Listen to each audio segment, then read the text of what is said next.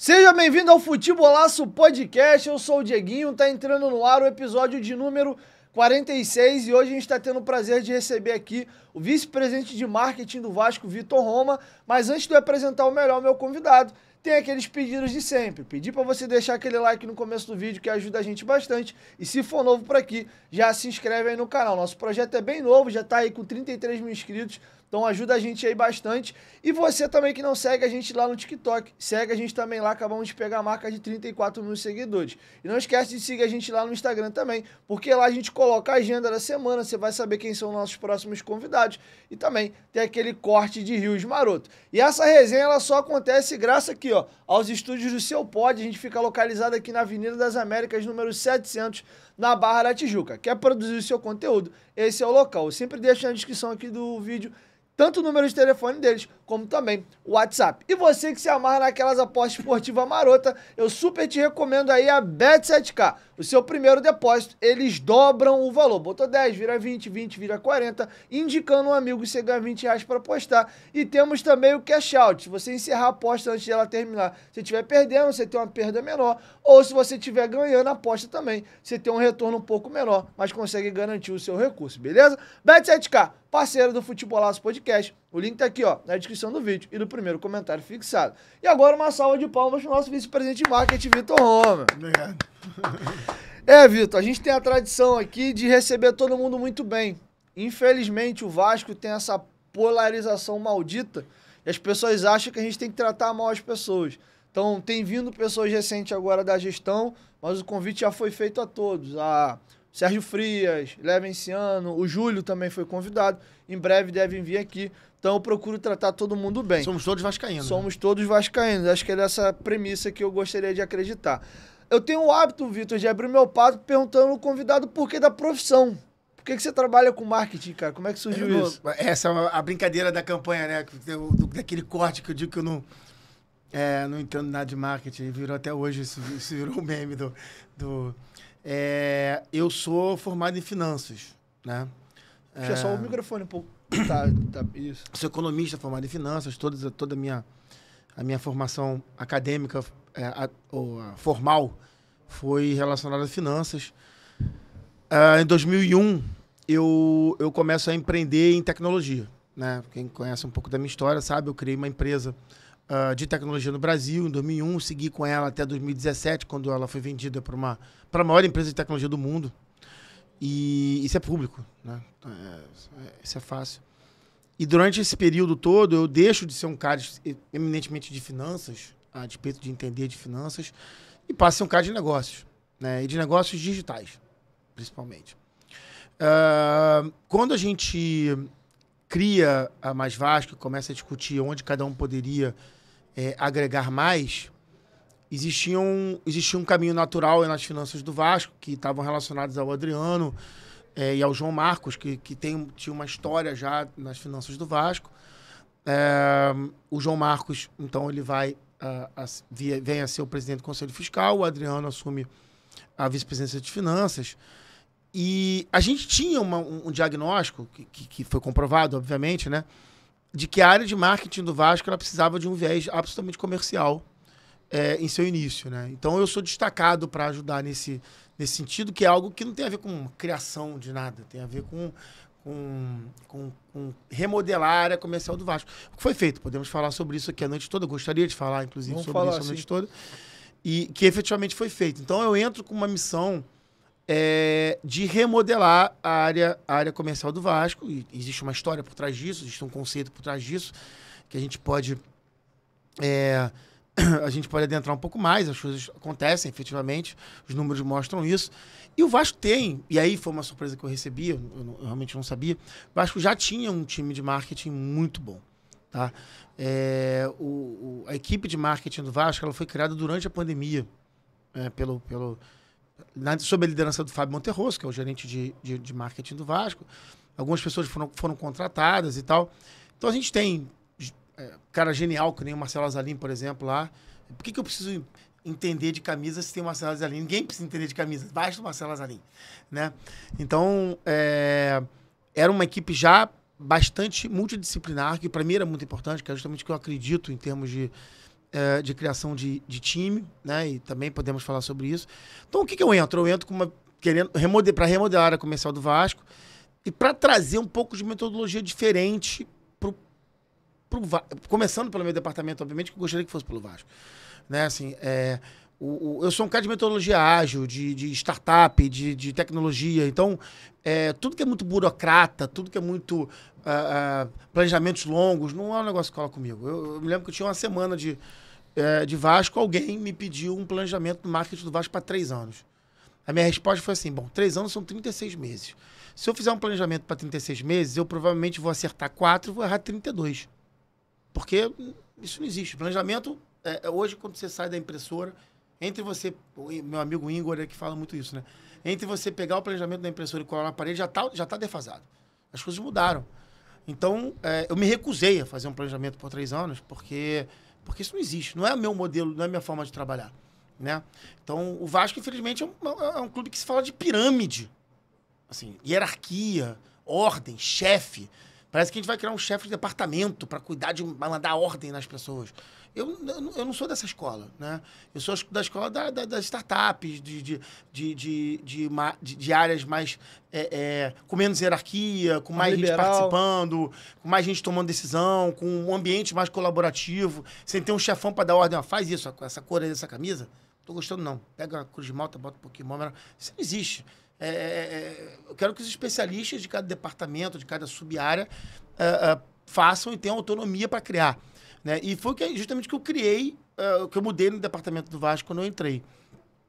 A gente tinha um departamento, eu recusei todas as tentativas de hierarquização, de planejamentos longos, isso não é comigo, entendeu? A gente sabia que a gente tinha que dar um foco no comercial muito forte. E aí eu pego o Fábio e falo, Fábio, é aqui que a gente vai trabalhar pra caramba. E aí a gente cria 5 sub-áreas dentro do marketing. A área comercial, a Vasco TV, a área de relacionamento, que engloba plano de sócios, a área digital, que era muito embrionária, tinha lá o Gui Neto lutando enlouquecidamente. Guerreiro, um herói. Bom pra caceta. Muita coisa. E a área de licenciamento.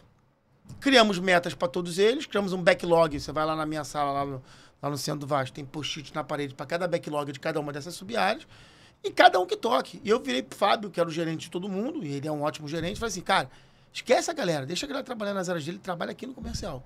E olha o que aconteceu. A gente pega a camisa do Vasco valendo 14 milhões de reais e entrega a camisa do Vasco para 777, agora valendo 32. Então, assim, isso em 1 ano e meio com o Vasco na Série B. Por quê? Porque foi feita uma remodelação nessa área. O resto andou. A gente entra com... posso até checar os números depois, mas com 1.400 produtos licenciados. Hoje a gente está chegando a 2.600. A área de licenciamento trabalhando com o Fábio Lima, com o Cadu, trabalhando com autonomia. O programa de sócio, quando a gente entra, estava caminhando para faturar por mês 1.400.000 reais. Hoje a gente está faturando esse mês, o último mês que eu estava lá, 3.500.000 no mês. Então, assim, 2 milhões a mais de faturamento de receita por mês, 1 ano e meio depois, repito, o Vasco na Série B. A área de produto de sócio trabalhou sozinha. A gente trouxe um profissional de mercado, que é o Bruno, que veio da Losango, e também veio o Will, lá da área de comunicação, que trabalha com o Danilo, que fizeram uma dupla fantástica e entregaram um programa maravilhoso. A área de produtos digitais, tem um paper no site do Vasco, a gente depois trouxe a Júlia, né, que chega e se junta ao Gui no time de produtos digitais, e tem um paper no site do Vasco sobre a estratégia digital do Vasco. Monta-se toda... O Vasco fez mais na sua área digital do que o Atlético Mineiro, que é considerado o benchmark do mercado. Né? Só que se fala pouco, o Vasco se a bola não entrar, no ambiente esportivo ruim, aí é difícil de você inclusive tornar isso efetivamente a rentabilidade, né? Mas o Vasco entregou mais na área digital do que provavelmente o Atlético Mineiro. E com 2 profissionais, 3 ajudando, né?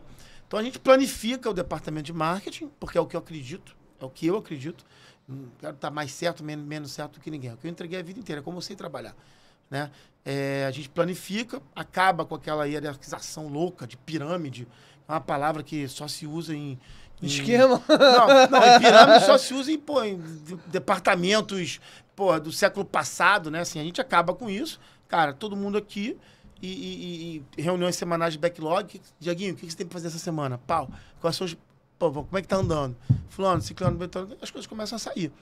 É o que eu acredito como se entrega, com colaboração e tal. Então, na verdade, acho que a minha contribuição não é uma contribuição de criativa. Eu sou um cara de negócio, não sou um cara de criação. Né? Tem muita gente de criação no Vasco, bons pra caramba. A minha contribuição é de metodologia e de visão de empresarial de negócio, cara, que é o que eu faço a vida inteira. Eu fiz a vida inteira e continuo fazendo na minha vida profissional. Né?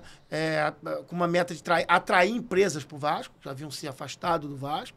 A gente consegue atrair muitas empresas para o Vasco, nem todas estão na camisa. Tem muita empresa trabalhando com a gente. O Grupo Rão, por exemplo, que é um enorme grupo, não entrou na camisa, mas é parceiro da Vasco TV. Então, assim, a gente traz para o Vasco empresas que para se relacionar. E quanto mais empresa perto, Dieguinho, mais dinheiro rola, mais negócio rola. Né? E em 1 ano e meio a gente traz muita gente para o jogo. Né?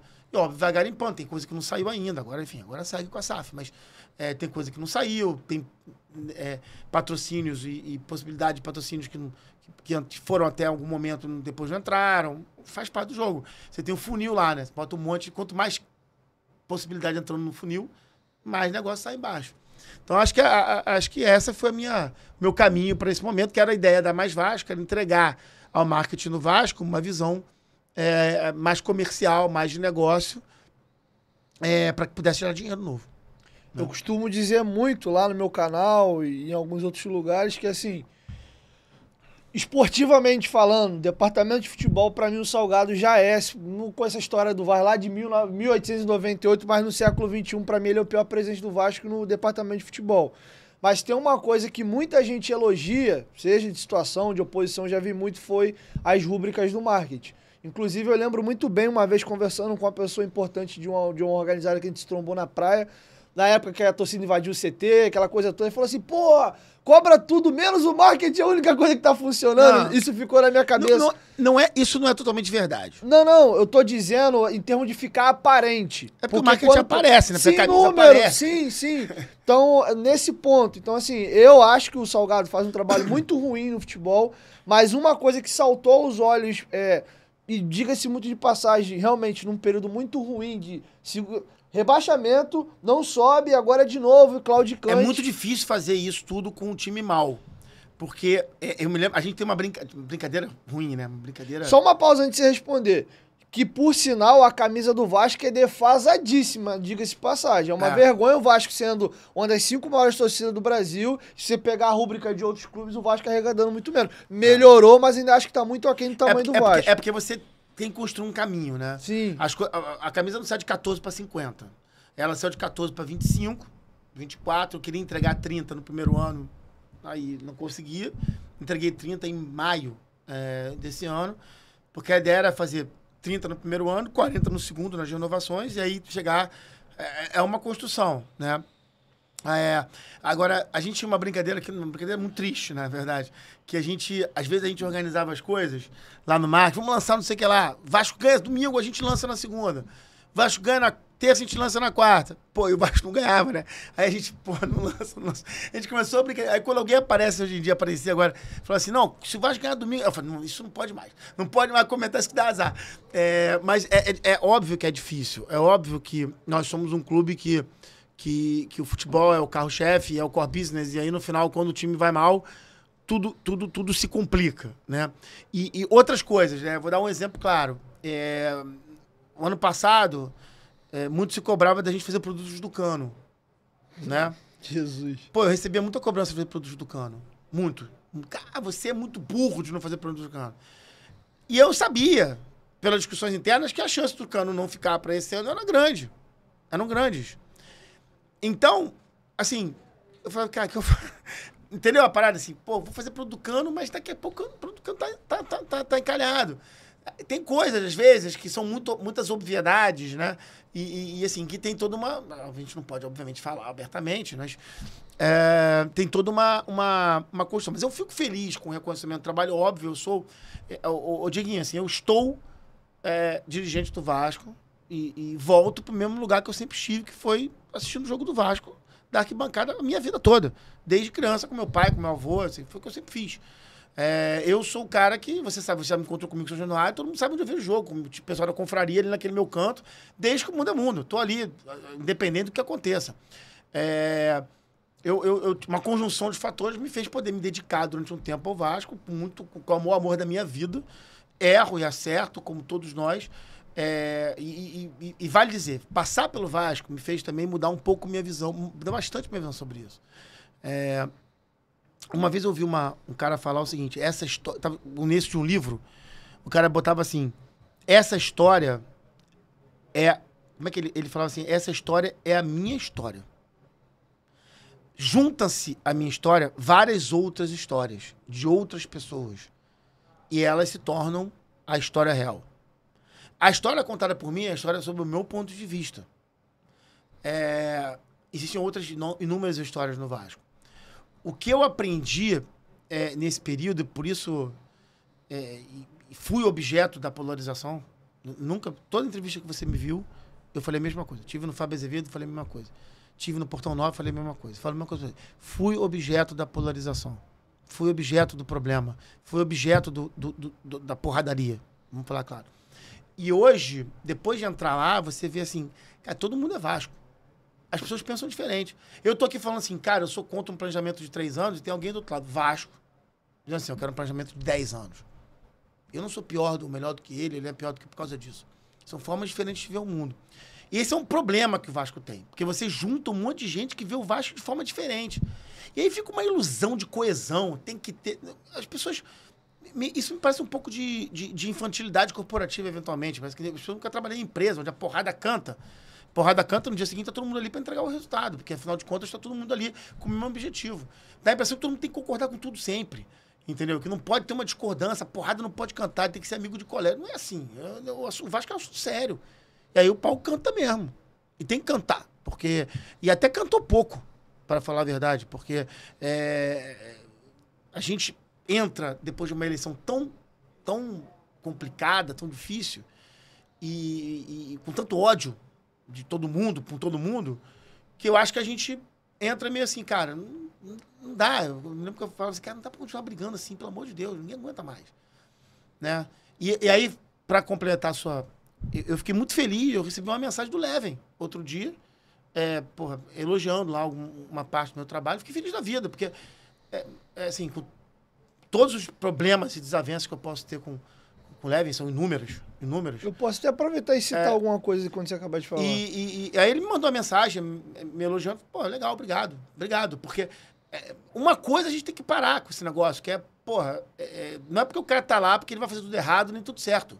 Eu vejo às vezes uns caras que não gostam de mim, faz parte do jogo, e eu respeito isso pra caramba, porque a gente tá na política do Vasco, a gente apanha mesmo e faz parte, não tem problema. Mas o cara é capaz de entender uma coisa, às vezes, que é legal e dizer assim, pô, mas isso foi legal. Mas eu acho o Vitor babaca, mas isso é legal, maneiro, entendeu? Então, ou acho o fulano... Então, mas eu fiz parte disso também. Então, na verdade, eu não posso ser hipócrita e dizer assim, não, eu sempre... Não, também fiz. Então, também cometi os mesmos erros e tal. E tá tudo bem. Amor demais mexe com a gente. Vou até aproveitar o gancho pra mim falar... Puxa só teu microfone um pouco pra trás, que ele tá lá... Menos mal que tu fala alto, tu encaixa. Mas tava bem afastado. Eu falo alto. Eu também, patamos. 2 gritão aqui. O Leven, quem conhece o Leven no dia a dia... Ele é um cara extremamente doce e educado. O que me preocupa no Vasco é que as pessoas vão começando... Escolher bem as palavras aqui para não ser mal interpretado. O problema é que a política do Vasco ela é tão tóxica e a gente criou no Vasco um pouco do que é o Brasil, que é essa merda de Lula e Bolsonaro. A gente viveu no último ano o Leven Salgado. A bolha do Twitter muito pró-Salgado e a gente vê a galera no YouTube muito pró-Leven. E aí o que acaba acontecendo? Viram-se guerras de narrativa e o Leven, cara, eu conversei muito isso com ele. Ele, quando ele chega como novo. O cara que nunca foi de grupo político, de nada. Sendo que o tempo vai passando, você percebe que a política do Vasco é sempre aquela coisa de desconstrução. Ataque pessoal, ataque pessoal, ataque pessoal. E você chega dizendo que, pô, eu vim pra mudar isso. Daqui a pouco tá tu na linha do ataque pessoal também e vira aquela carnificina que você acabou de citar, que você mesmo fez parte. Então, assim, o fato dele ter te mandado uma mensagem te elogiando, parabenizando por alguma coisa, não me surpreende. Porque ele é um cara tranquilo. Mas todo mundo se perdeu nesse caminho. Eu acho, eu Essa concordo. que é a realidade, né? Mas o grande problema pra mim, sabe qual é, Vitor? Não é nem as pessoas, é o entorno. Assim, não sei. Minha visão, tá? Eu sempre falei um negócio engraçado. eu empreendi... O dia que eu conheci o Jorge, conversei sobre isso com ele. Eu empreendi 20 anos no Brasil. Não fiz nenhum inimigo empreendendo. Nenhum inimigo. Todo mundo que fez projeto comigo, eu entregava projeto, entreguei projeto a vida inteira. E projetos dão errado. Projetos dão errado. Todo mundo que encontra comigo até hoje, que trabalhou comigo, que foi ou meu funcionário, ou meu fornecedor, ou meu cliente, todo mundo me cumprimenta. Pode ter dado errado o projeto, mas a gente, no final... O único lugar que eu tive inimigos foi o Vasco. Único na vida. Sou um cara cheio de amigos. Amigo pra caramba. Uma família enorme. Ou seja, vivo rodeado de amor por amigos, por família. E no Vasco eu tenho inimigos. Eu levo crianças ao Vasco. No último jogo tinham 6 crianças comigo. Meus sobrinhos, e meu enteado e tal. Eu levo crianças do Vasco. Amanhã vão 5 crianças comigo. Eu e mais 5 crianças. Eu tenho que explicar no carro, olha, pode ser que alguém me xingue lá. Não é pra vocês se impressionarem, pô. Eu sou vice-presidente, alguém pode me xingar e tal.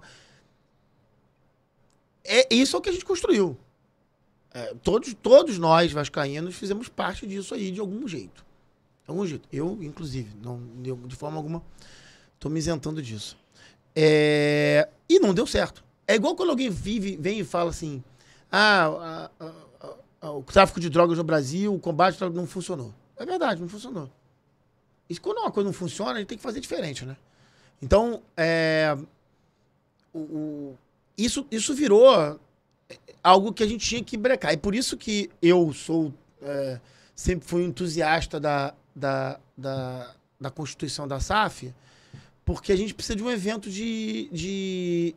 para encerrar o assunto, né, esse assunto, entendeu? O que ia acontecer? Vamos imaginar que a gente não tivesse tido construída a SAF, né?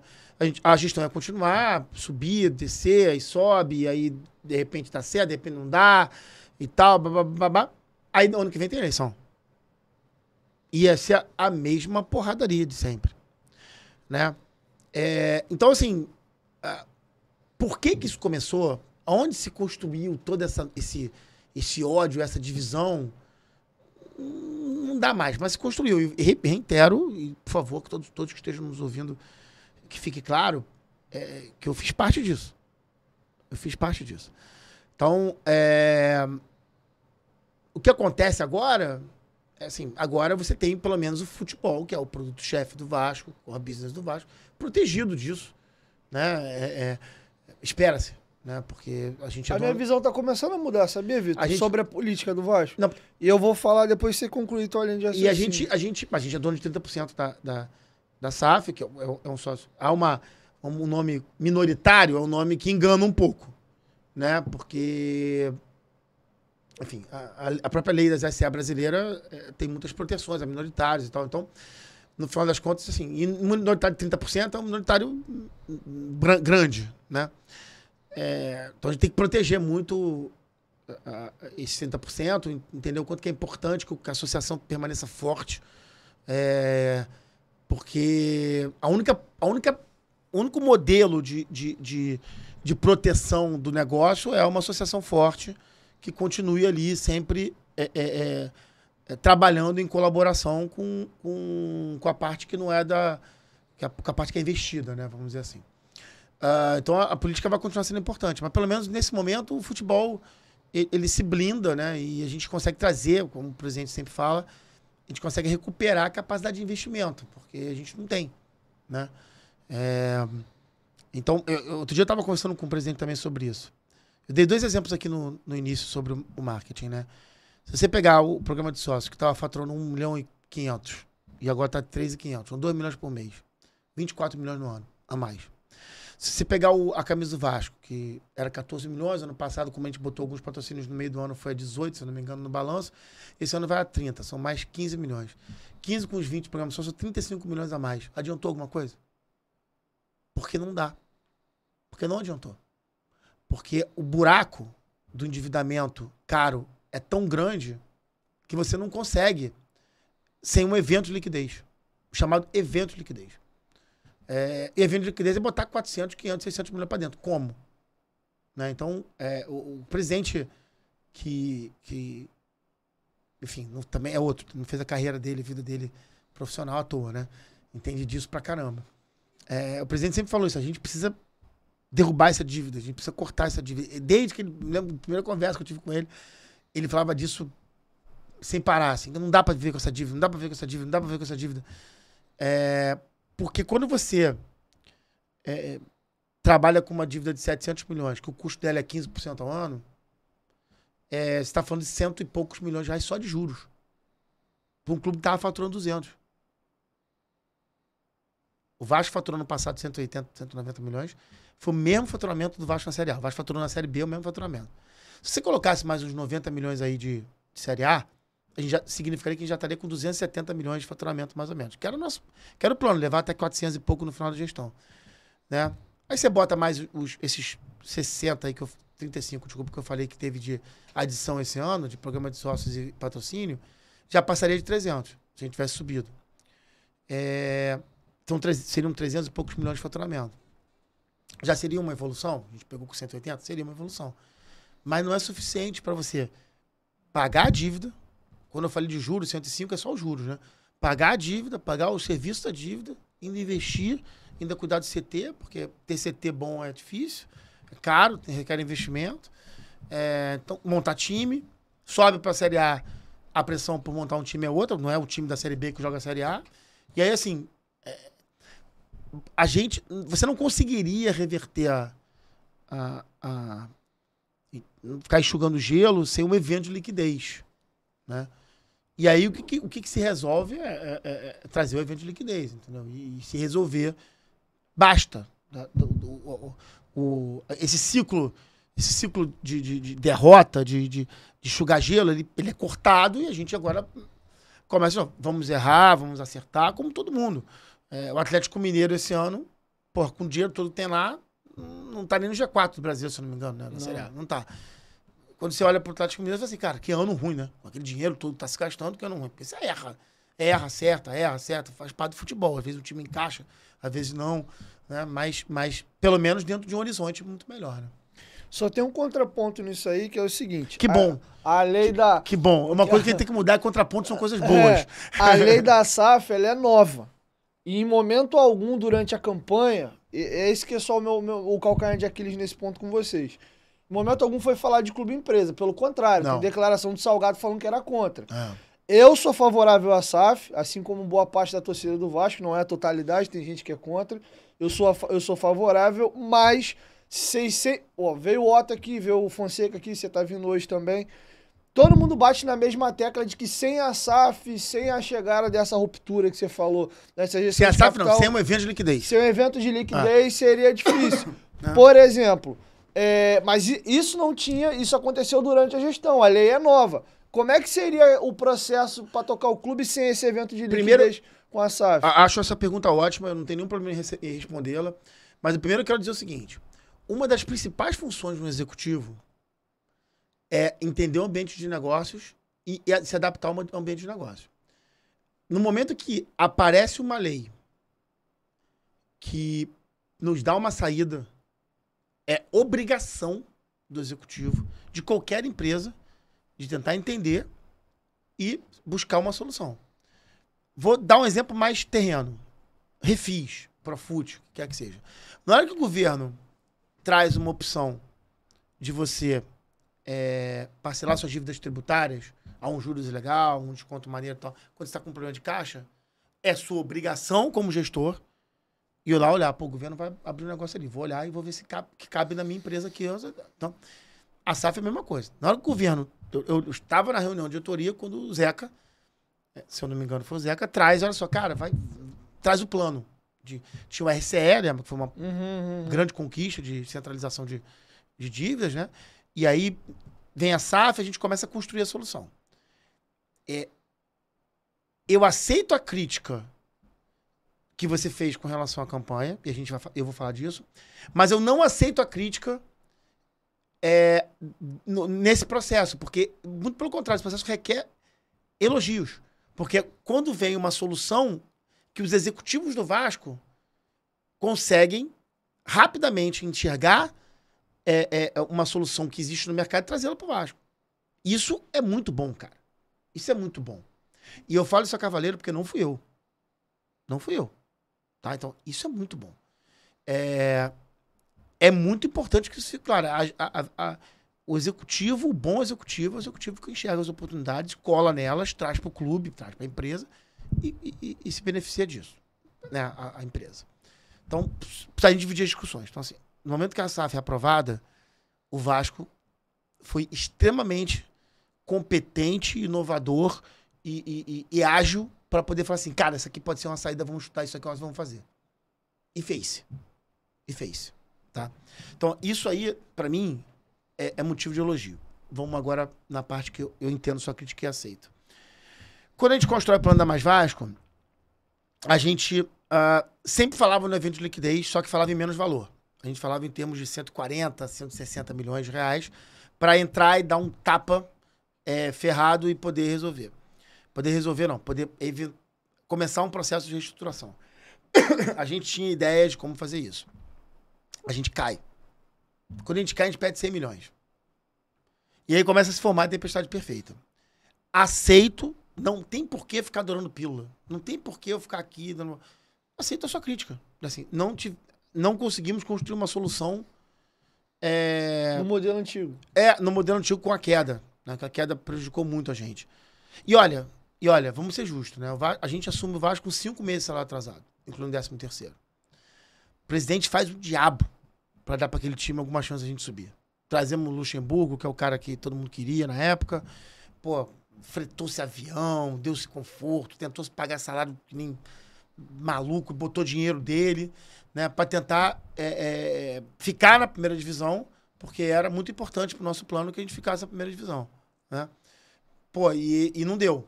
Aquele time já tinha apontado, né, o nariz para baixo e, pô, tava difícil de recuperar, né? Eu me lembro, curiosamente, o Vasco ganhou um jogo do Atlético Mineiro. Tava falando 3x0, acaba 3x2.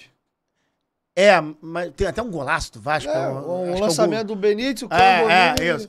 3x2. O Vasco ganhou um jogo Vasco ganhou um jogo do Januário. Atlético Mineiro, um sábado, em São Januário. No dia seguinte, eu estava andando de bicicleta e encontrei um dos nossos conselheiros, da confraria, o seu Belarmino, que eu tava andando de bicicleta no Ateu, eu encontrei com ele. Ele me falou assim, porra, maneiro, cara, vamos conseguir salvar e tal, pô, parabéns, isso, aquilo lá. Isso depois daquela vitória contra o Atlético. De repente o negócio, né, degringola e a gente... E isso é um impacto muito grande na construção do plano financeiro que a gente tinha montado antes. Então, assim, eu não tenho nada que fazer além de aceitar a crítica de que a gente, quando isso veio, a gente não... Mas logo depois veio a SAF e a gente foi e chegou a possibilidade. Essas coisas no dia a dia, elas são muito dinâmicas, entendeu, Diaguinho? Não é? E agora o que a gente faz? Quando a gente começou a tentar construir o que a gente fazia, o que a gente faria, já veio o RCE e depois veio a SAF. E aí a gente foi e pegou, cara, é isso aqui que a gente quer. Não é um quadro só, entendeu? Que você olha e plota um quadro só. É uma construção do dia a dia, tendo que apagar incêndio todo dia. Eu estava conversando com o Renato Brito outro dia, né? Que é meu amigo pra caramba, meu irmão, é da Sempre Vasco. E, obviamente, que as discussões são sempre acaloradas, né? Por causa disso que a gente falou e tal. E eu tenho uma visão hoje muito clara.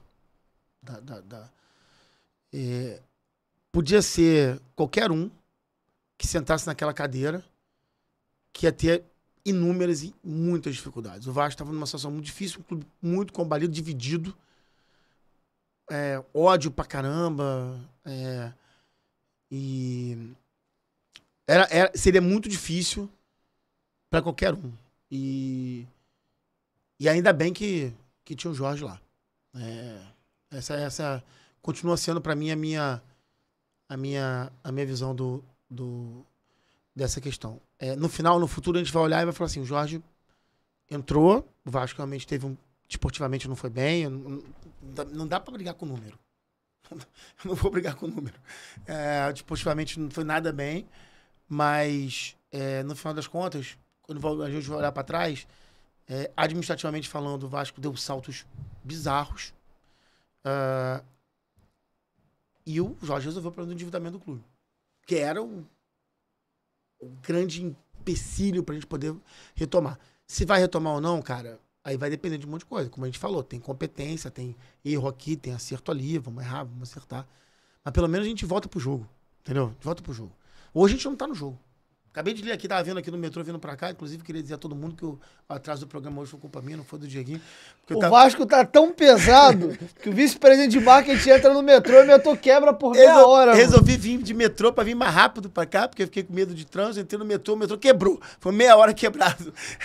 Mas mas eu tava lendo que o empresário do tal do cara do River Plate deu uma entrevista agora há pouco dizendo que o cara não vai sair do River Plate pra jogar no Vasco. Tem muitos clubes grandes querendo... porra. Entendeu? Então a gente tem que voltar pro jogo. Hoje a gente não tá no jogo. Né? A gente precisa voltar. O que a gente tá tendo agora é a chance de voltar pro jogo. Né? Vamos voltar pro jogo e aí, repito, né? Vamos acertar, vamos errar. Enfim, faz parte do negócio. Só pra gente encerrar esse assunto e já entrar num outro, eu só encerro com outro contraponto. Como você falou que gosta de contraponto, eu elogiaria o Salgado nesse aspecto se fosse uma solução que o clube tivesse tido a ideia, conseguiu fazer uma grande operação, trouxe um aporte que resolveu. Eu acho que a questão da SAF especificamente, a gente pode discutir se foi bem conduzido o processo, pode ser tão top que a gente entre agora. É uma outra conversa. Mas a lei da SAF, ela caiu no colo de qualquer presidente que estava sentado na cadeira no momento. Seja o do Bittencourt agora no Fluminense, do Vasco, Botafogo, concordo, por aí mas vai. quando você faz... Aí vamos entrar nesse ponto agora. Aí a gente pode começar a discutir. Competência, vamos lá. Criou-se a possibilidade de ter a SAF, o Vasco olhou, opa, me interessa, isso é a função de um executivo, como você falou, e a gente começa a discutir os processos. E aí surgem-se algumas dúvidas, como por exemplo, o Vasco é um clube que vale 700 milhões por 70% do seu capital, mais assumindo até 700 milhões da dívida. É um ponto. Outra situação, a 777 dentro do mercado, era ela mesma a melhor empresa para poder tocar o futebol do clube e aceitar esse processo? Por exemplo, e não lembro quem chegou a dar uma entrevista que chegou uma enxurrada de propostas para o Vasco, e aí você disse que não participou do processo, então falo que se puder falar. Mas, por exemplo, a única empresa que a gente soube que parece que vazou foi que o Grupo City teve interesse, é um puta player no mercado, porém, eles têm essa visão do clube satélite, o Vasco seria mais um no guarda-chuva, então, por esse aspecto, o Vasco recusou. E parece que é mais ou menos o que eles querem fazer no Bahia. Era muito importante pro Vasco ser o flagship. O flagship, principal clube pra galera que tá em casa. O principal clube, porque senão, o que acontece? Não sei se... eu tenho uma frase que eu sempre falo. Hoje eu estava numa reunião falando justamente sobre M&A. Foram 5 na minha vida, inclusive da minha própria empresa. E eu tenho uma frase que eu sempre uso. Empresa boa para vender é empresa boa para ficar. É bom de vender quando você pode ficar. É bom de ficar também. No caso do Vasco, a gente tinha uma fragilidade. Era um clube frágil financeiramente, né? Então, se você perguntar assim, o nosso rival, ele vai vender em algum momento. Eu acho que todo mundo vai, né? Na verdade, a gente, com exceção do rival, todos os outros já são SAF. O Atlético Mineiro já é SAF. Só não virou ação ainda, mas o cara bota e deve virar esse ano ainda. O cara... Tá aventando que esse ano vira SAF. O Palmeiras também tem uma dona. Então, assim, então eu acho que a mudança da estrutura de capital no futebol brasileiro é um caminho meio que inevitável. Se fazer no início, ou fazer depois, ou fazer no meio, vai ser bom ou ruim, só o futuro vai dizer. Tem um livro que fala muito sobre isso, que é Rápido Devagar, o nome do livro. Fala muito sobre ser o primeiro ou ir depois. O que é melhor, ser primeiro ou ir depois? Né? Quando você pega a história da administração, o Google não foi o primeiro buscador, mas ele buscava melhor, ele veio depois. Tem casos em que ser primeiro é bom porque você ganha reserva de mercado, tem casos em que vir depois é melhor porque você olhou, aprendeu os erros dos outros e tal. Né? E foi uma melhor... Não tem uma regra certa para isso. O importante é a disciplina de execução, de você executar bem durante o processo. O Vasco enxergou a oportunidade e entrou, foi o terceiro. Né? Então a resposta sobre o valuation do Vasco podia ser assim, mas tu olhou o Cruzeiro e o Botafogo? Eu podia dar essa resposta. Eu não vou fazer isso. Porque eu vou estar sendo desonesto intelectualmente. O futuro vai dizer se o valuation do Vasco foi adequado ou não. Né? Pra gente, a gente ficou muito confortável com a proposta. Tanto que a gente... Só uma pausa. Ficou confortável pelo que receberam Botafogo e Cruzeiro? Ou independente do que receberam Botafogo e Cruzeiro, vocês acharam o valor olha bom? só, não tem tecnicismo nisso, tá? Não, Volto a dizer... A pergunta foi em cima do que você disse. Ficamos muito confortáveis com a proposta. Vou dizer, eu não participei Sim. Da negociação, mas ninguém chegou lá a 1.400.000. Nem foi isso. Existem empresas que ajudaram, que construíram o valuation do Vasco. Empresas que têm nome no mercado, enfim. Ninguém tirou do bolso o valuation. Foi uma discussão, e é uma discussão difícil pra caramba. Toda discussão de M&A, de venda, fusão e aquisição, é muito difícil. Tem um cara lá querendo pagar menos, tem um cara aqui querendo receber mais. Faz parte do jogo esse negócio, né? Preciso... Então, assim, tem que aproveitar a oportunidade de mercado. Não tive acesso às propostas que o Vasco recebeu, até porque... E essa parte eu entendo. Por quê? Quando uma empresa como e aí eu vou tentar transformar isso numa coisa mais... Didática. Quando uma empresa como a 777 vai ao mercado e começa a comprar clubes, que é o que ela tá fazendo, né? Ela tem essa discussão que eu falei assim, pagar menos, pagar mais e tal, não sei o que lá, um clube quer mais, blá, blá. Quando vaza proposta, vaza valor, vaza discussões, o outro cara que tá negociando lá na Bélgica, na França, não sei o que lá, ele vai e pega aquilo pra ele. Por isso é que você tem tanto cuidado com as informações, entendeu? Porque, vamos imaginar assim, tem aqui uma discussão aqui entre o Vasco e a 777 de que nós vamos, enfim, uma coisa boa pro Vasco, entendeu? O cara do clube lá, não sei aonde, ele vai ao vivo, eu também quero. Então, por isso que se tem tanto cuidado, né? Então, mas assim, tudo que a gente viu, que pareceu, assim, um contrato que bota a gente no jogo de novo. E aí eu te pergunto, eu devolvo a pergunta pra você, né? O que é melhor pro nosso clube? É a gente cortar esse ciclo vicioso, ruim que a gente tava tendo e entrar numa era nova, com seus defeitos, com seus problemas, com os seus desafios, que vão ter. Casamento é maneira, festa de casamento é do cacete, depois começa o dia a dia, né?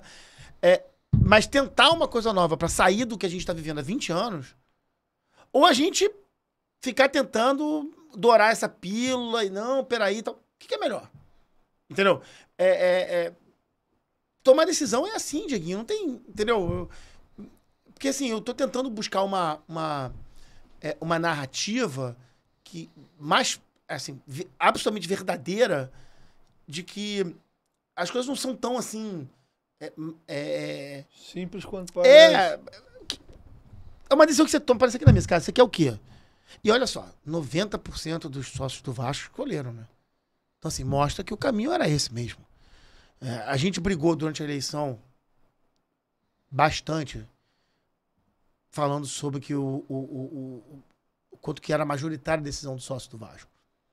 Na hora que você vai ao sócio do Vasco e fala assim, vocês querem isso? 90% diz que quer, a discussão acaba.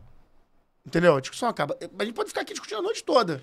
Não, mas o fato é que o torcedor do Vasco, o sócio, representado pelo seu sócio, cara, 90%. Se você falar de polarização, né, e você falou de polarização na política do Vasco, a última eleição foi extremamente dividida.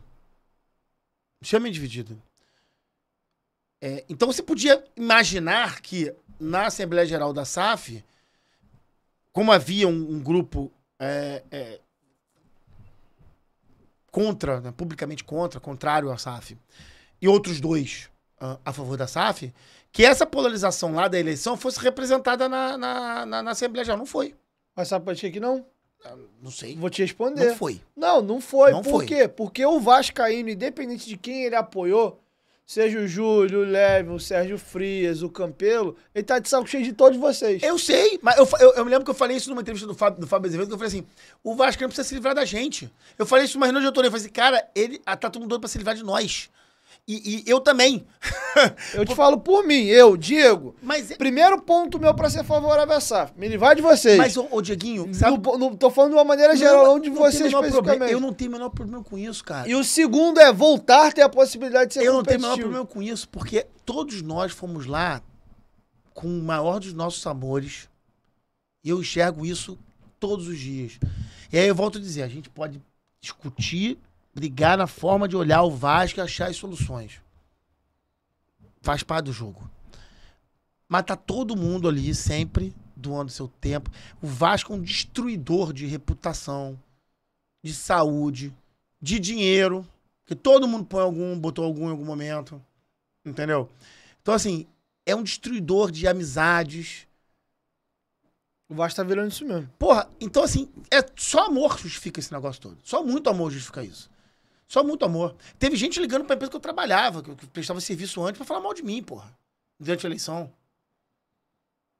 Nego ligou pra empresa que eu atendia. Tava no meu LinkedIn. Pra falar mal de mim, cara. Na época de eleição. Assim, isso é um destruidor de reputação. De reputação, de saúde, de amizade, de tudo. É um inferno. É só amor justifica isso. Mas só que quando a gente consegue fazer alguma coisa... É tanto amor que quando a gente consegue fazer uma coisa boa... Quando eu venho aqui e você, por exemplo, elogia um negócio com o Marcos, eu fico, caraca, eu fiz um negócio pro meu clube. Eu fiz um negócio pelo maior amor da minha vida. Eu fiz algo pelo maior amor da minha vida. E aí tudo se justifica. Tudo, qualquer xingamento, qualquer coisa se justifica. Não existe nada mais importante pra gente, cara. A gente acorda às 6 horas da manhã e atualiza a Net Vasco no celular pra ver se tem alguma notícia de madrugada. Porra, como se a gente tivesse, entendeu? De madrugada, 3 horas da manhã aconteceu alguma coisa. É isso que você faz, é isso que eu faço. Não é isso? É isso que o meu filho, que mora em Los Angeles, faz. Eu, às vezes, acordo de manhã e já tem mensagem dele. Porra, vi aqui, porque eu tava dormindo, pô. Então, assim, cara, é isso que a gente faz. É o maior amor das nossas vidas. Às vezes, quando eu saio dessas entrevistas, o pessoal da confraria brinca comigo e fala assim, caraca, parecia... Gente, eu sou um torcedor. Não existe um lugar do mundo que eu tenha passado que as pessoas me conheçam como vascaíno. Nenhum lugar. Nenhum lugar. Então, assim, e isso dá um orgulho danado. Eu fico orgulhoso disso.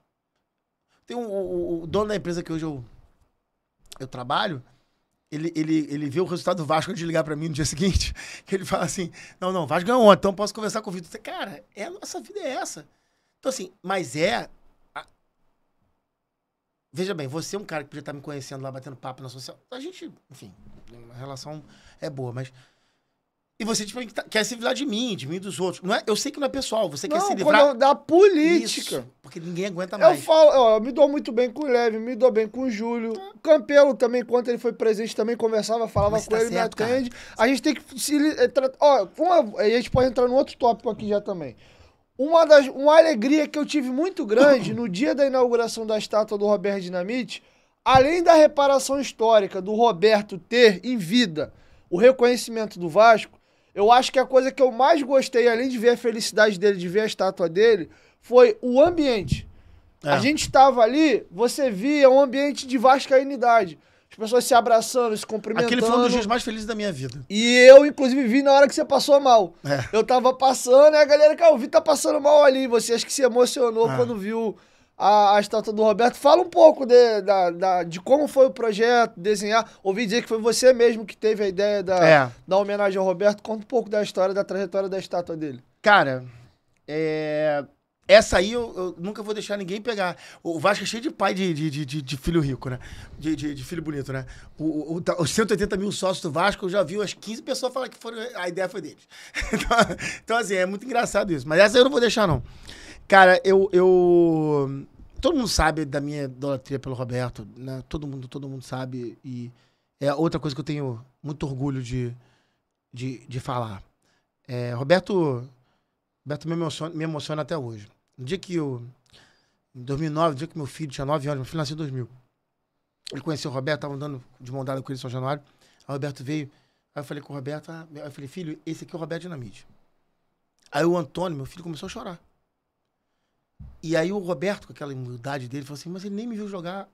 Aí eu falei, mas eu vi, né, Roberto? Contei pra ele. O Roberto era o meu herói de infância, não era o Batman, não era o Super-Homem, não era o Homem de Ferro, era o Roberto. E de fato eu até escrevi, o pessoal falou mal de mim no Twitter, mas faz parte do jogo, que eu escrevi que era um projeto pessoal meu.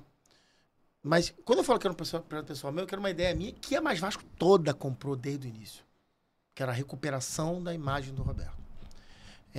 O Roberto tem... A grandeza do Vasco é intimamente ligada à história do Roberto Dinamite como jogador de futebol. Quem viveu os anos 80 sabe disso. Quem não viveu não sabe, mas quem viveu os anos 80 sabe isso. Eu desafio uma pessoa que tenha vivido os anos 80 e não tem, e me discorde de mim nesse aspecto. Era o Rivaldo, Zico, Adílio, Andrade, Tita, Nunes, Lico, Júnior, Leandro, aquele time lá que foi campeão do mundo, contra o Roberto. Contra o Roberto. E o Roberto botava medo neles. E a gente ia para o Maracanã, com 160 mil pessoas no Maracanã, bater cabeça com eles por causa do Roberto. Então, qualquer coisa que eu fizer pelo Roberto é pouco. Qualquer uma. É pouco. E eu digo isso pra ele, sempre. Quando a gente começou a pensar na concepção da estátua, e aí algumas pessoas são importantes nesse processo. A principal delas, Francisco Cronenberger, que amigo, e não só amigo, mas gênio de entendimento de vascainidade. Bruno. E eu preciso agradecer, dentro do Vasco, a 3 pessoas. O presidente, que falou, vai e faz. Carlos Osório, que não só falou vai e faz, como ajudou em cada passo. E ao CEO Luiz Melo, que também encampou a ideia desde o primeiro momento. A César o que é de César. A César o que é de César. Eu, de fato, comecei a... Quem trouxe o Mário Pitangui, Bruno Souza, que hoje cuida do programa de sócios, também foi fundamental nesse processo. Se eu estiver esquecendo alguém, eu peço desculpas, porque, enfim... Quando a gente começou a desenhar a ideia de fazer uma estátua em São Januário, dentro do campo, aí sim, eu acho que eu me envolvi mais, assim. A gente começou a fazer um brainstorm, como tudo, o que seria, como seria e tal, não sei o que lá, blá, blá. E aí veio a ideia da estátua do Roberto ser virada para a arquibancada, como se ele estivesse indo comemorar um gol. Por quê? Porque o Roberto era o Vasco dentro de campo, era o torcedor dentro de campo, ele era a gente em campo. Não foi o único da nossa história, Edmundo também foi muito assim, né? E aí a gente construiu, chamou o Pitangui, que é o artista, ele começou a fazer as conceituações e tal. Então, assim, e eu, de fato, o Vasco não tinha dinheiro para fazer a primeira entrada do negócio. Aí eu dei o dinheiro junto com alguns amigos, juntamos o dinheiro para dar a entrada na estátua. Depois, quando o crowdfunding recuperou o dinheiro, a gente pagou quem emprestou, né? E foi, de fato, um dos dias mais felizes da minha vida. Assim, eu me emociono agora, lembrando daquele dia. Quando eu vi eu cheguei lá de tarde, vi o stand começar a ser montado, cadeiras, a gente pensou na festa, aí veio a galera do Vasco, Mário Vassalo, que é um gênio, fenômeno. Né, cara? Fenômeno, pois é, um cara formidável. Luana, de eventos, assim, a galera do Vasco, né? Quando eu vi o negócio começar a ser montado, eu fiquei ali parado, ali olhando, assim... Cara, quando eu falo assim, todos os problemas, eles ficam de lado. A reputação, o xingamento. Quando você vê que você faz algo tão grandioso pelo clube que você ama e por uma pessoa que foi tão importante pro Vasco, em vida, né? E assim, de fato, você vai ganhando uma adrenalina pelo dia da inauguração, e a gente preocupado com o tempo, vai chovendo, vai tudo que envolve, né, uma inauguração daquele tipo show, Paulinho da Viola vai, todo aquele envolvimento, né? E deu tudo certo como o Roberto merece, né? Um tempo lindo, um dia lindo, uma noite linda, jogadores ali, amigos, jogadores dos outros clubes, adversários, né? Zico, Júnior foram. Muito importante. Assim, que mostra a grandeza do Roberto como atleta, como pessoa, né? Que é um cara amado por onde ele passa. E aí, toda aquela descarga de adrenalina veio na hora da inauguração, né? Porque eu fiquei esperando, construindo aquilo tudo, tal, não sei o que lá. E aí, crowdfunding, aí, blá, blá, blá, inaugura. E aí eu realmente me emocionei muito na hora e fiquei um pouco... Tava com amigos queridos que estavam do meu lado no dia e eu tava do lado das pessoas certas, dos meus amigos, da minha mulher. Uma pena que o meu filho não estava aqui, porque ele mora fora do Brasil, mas ele sabe o que representa isso pro pai dele, né? E tá lá. A estátua tá lá e o Roberto tá eternizado em São Januário. Mas não só isso. Acho que todo o processo de recuperação da imagem do Roberto foi, talvez, o maior acerto de toda essa gestão. Maior, porque o Roberto é grande demais. Ele está intimamente ligado ao Vasco vitorioso, ao Vasco de sucesso, ao Vasco que colocava medo, ao Vasco que era Vasco. Então, na hora que a gente recupera uma imagem combalida pela política do Vasco, acho que você está recolocando o rumo certo da história e eu tenho, talvez esse seja o maior feito da minha vida. E aí, de novo, entra o tal do contraponto. Por favor, fica à vontade. Isso que você falou foi importante, sabe por causa de quê? Temos aqui um conflito de geração. Você é um pouco mais velho que eu não vi o Roberto jogar, vi o Roberto como presidente. Você, cara. Queria ter, como diria meu falecido avô, queria ter a tua idade e 1 milhão de dívidas. Quantos anos? Eu tenho 50 anos. Eu tenho 29. Queria ter a tua idade e 1 milhão de dívidas.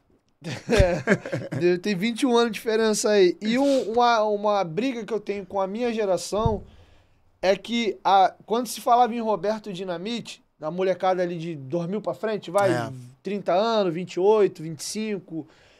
uma galera que viveu muito o Roberto presidente. Verdade. E tem muita gente que detesta o Roberto, mas detesta, esse é o outro que botou o Vasco no buraco também. Então eu vi assim, cara, meu pai sempre falou muito do Roberto pra mim. Os jogadores que meu pai mais falava pra mim era Roberto e Giovani. Eu também. Roberto, o Edmundo eu vi, então não era muito aquela coisa de, meu pai falou, era Giovani, porque eu não vi, Bebeto... Giovani, Roberto, Bismarck, Mauricinho. Meu pai adorava o Mauricinho. Meu pai tinha minha idade, mais ou menos. Meu pai de 67. Eu sou de 71, né? Então são os meus também, na verdade, né? Então meu pai falava muito dessa galera aí. Então, assim, era um negócio muito esquisito. Eu com minha turma do Bolinha, porra, esse cara é horroroso também. E eu falei, cara... Mesmo horroroso foi o único Copa do presidente Brasil a nos dar um título nacional em 22 anos. E aí eu falava pra galera, cara, tudo bem, você tem todo o direito de detestar o dirigente. Foram 2 mandatos. Mas separa o presidente do jogador. Mas isso não é um contraponto, não. Isso é um ponto igual o meu. Porque você vê bem, ô Dieguinho, se o Vasco foi capaz de destruir a reputação do maior ídolo da sua história... Imagina o que faz comigo, com o Jorge, com o Zeca, com o Campelo, com quem quer que seja. Entendeu? Se a reputação do maior de todos, do maior artilheiro da história do Campeonato Brasileiro, do maior artilheiro de tudo. Tem aquele vídeo do Osório apresentando o Josh One dele.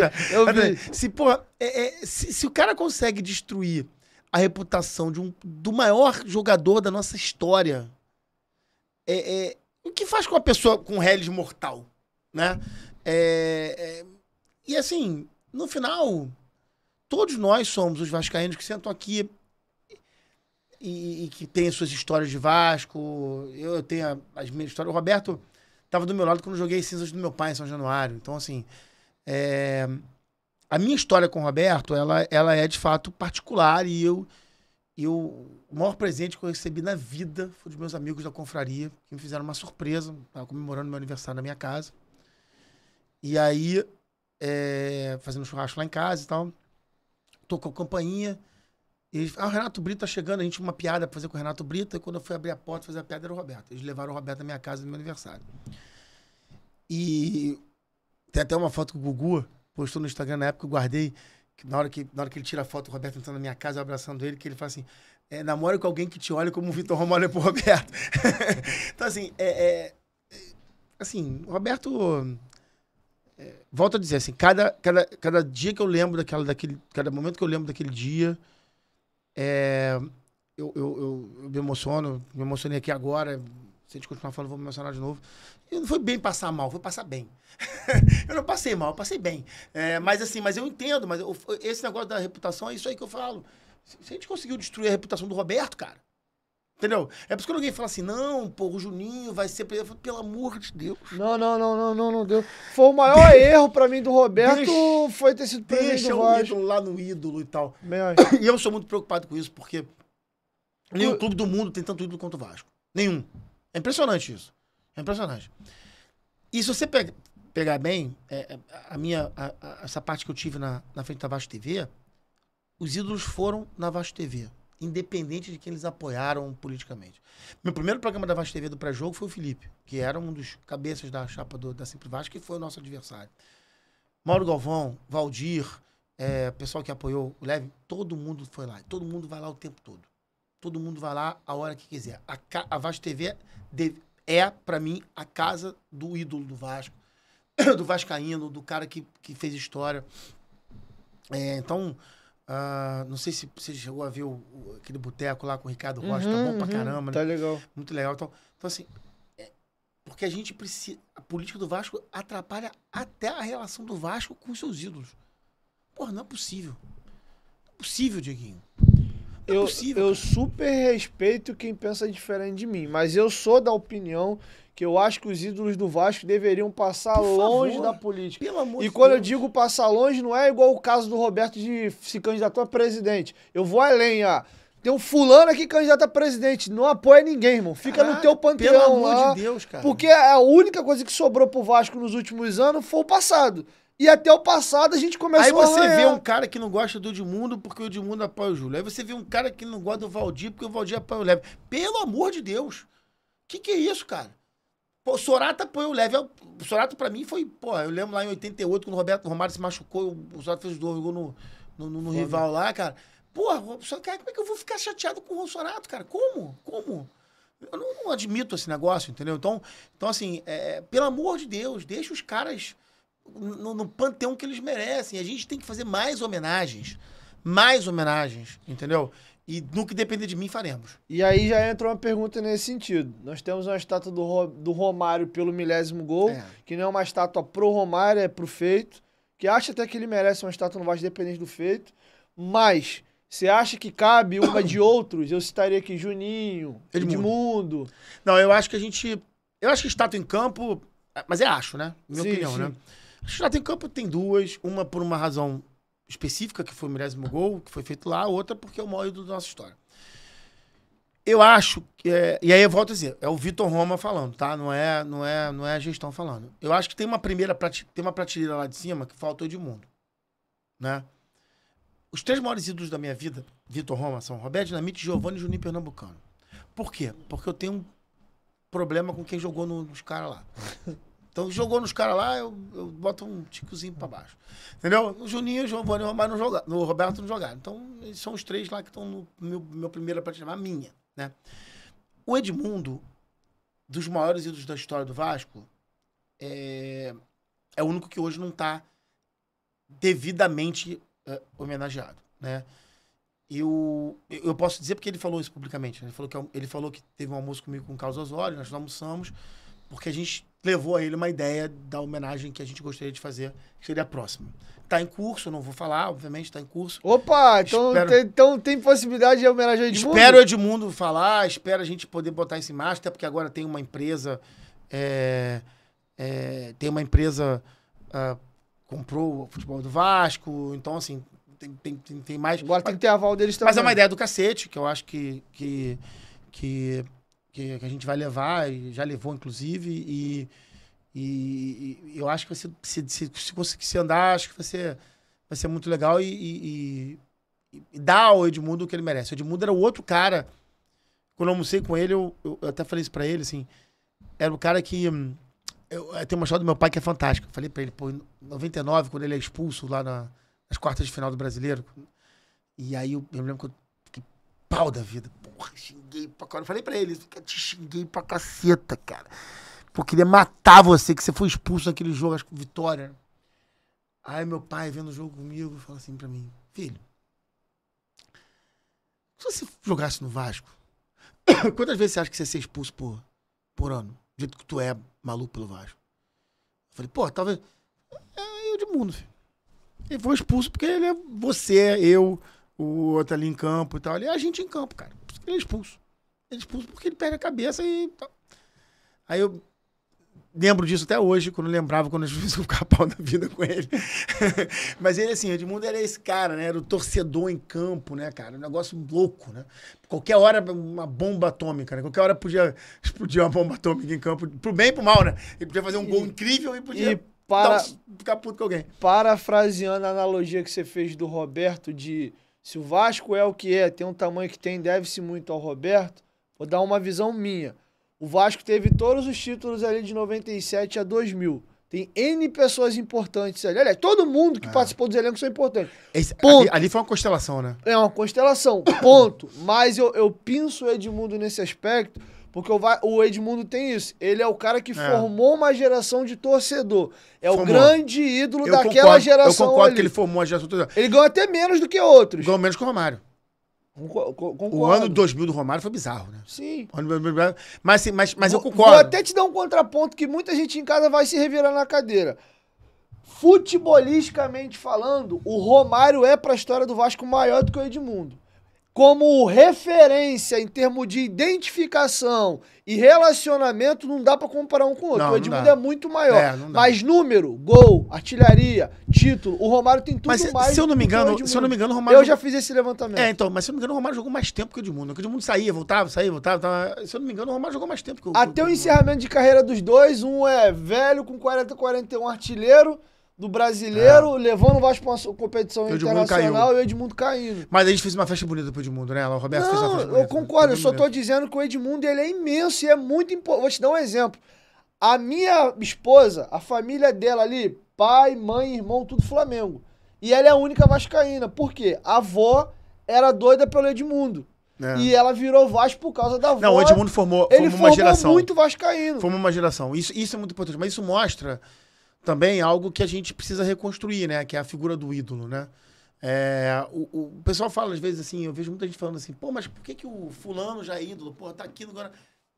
Porque a carência por ídolos é muito grande. E é uma outra geração também, né? Não, mas assim, Martins Silva foi ídolo. Eu lembro muita gente criticando a gente ter botado aquele painel, ter colocado o Martins Silva. Pra aquela geração painel. ele pô. Mas o Martins Silva... Pô, mas existe essa carência, né? E o ídolo, ele é quase tão importante quanto o título. Principalmente quando você não ganha título, porque é o cara que te traz essa proximidade. Isso eu acho que a gente... que é uma construção que precisa voltar, né? Apesar que isso mudou muito no futebol, porque hoje em dia os jogadores ficam menos tempo no time. O Roberto jogou no Vasco, porra. Mas é por isso que eu tô falando, né? Você não dá pra imaginar um caso igual do Roberto, que jogou quase a vida inteira, isso mudou. O último foi o Rogério Ceni, provavelmente, lá no São Paulo, né?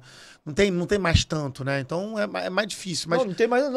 Mas hoje em dia você já traz ídolos, caras que se tornam ídolos, enfim.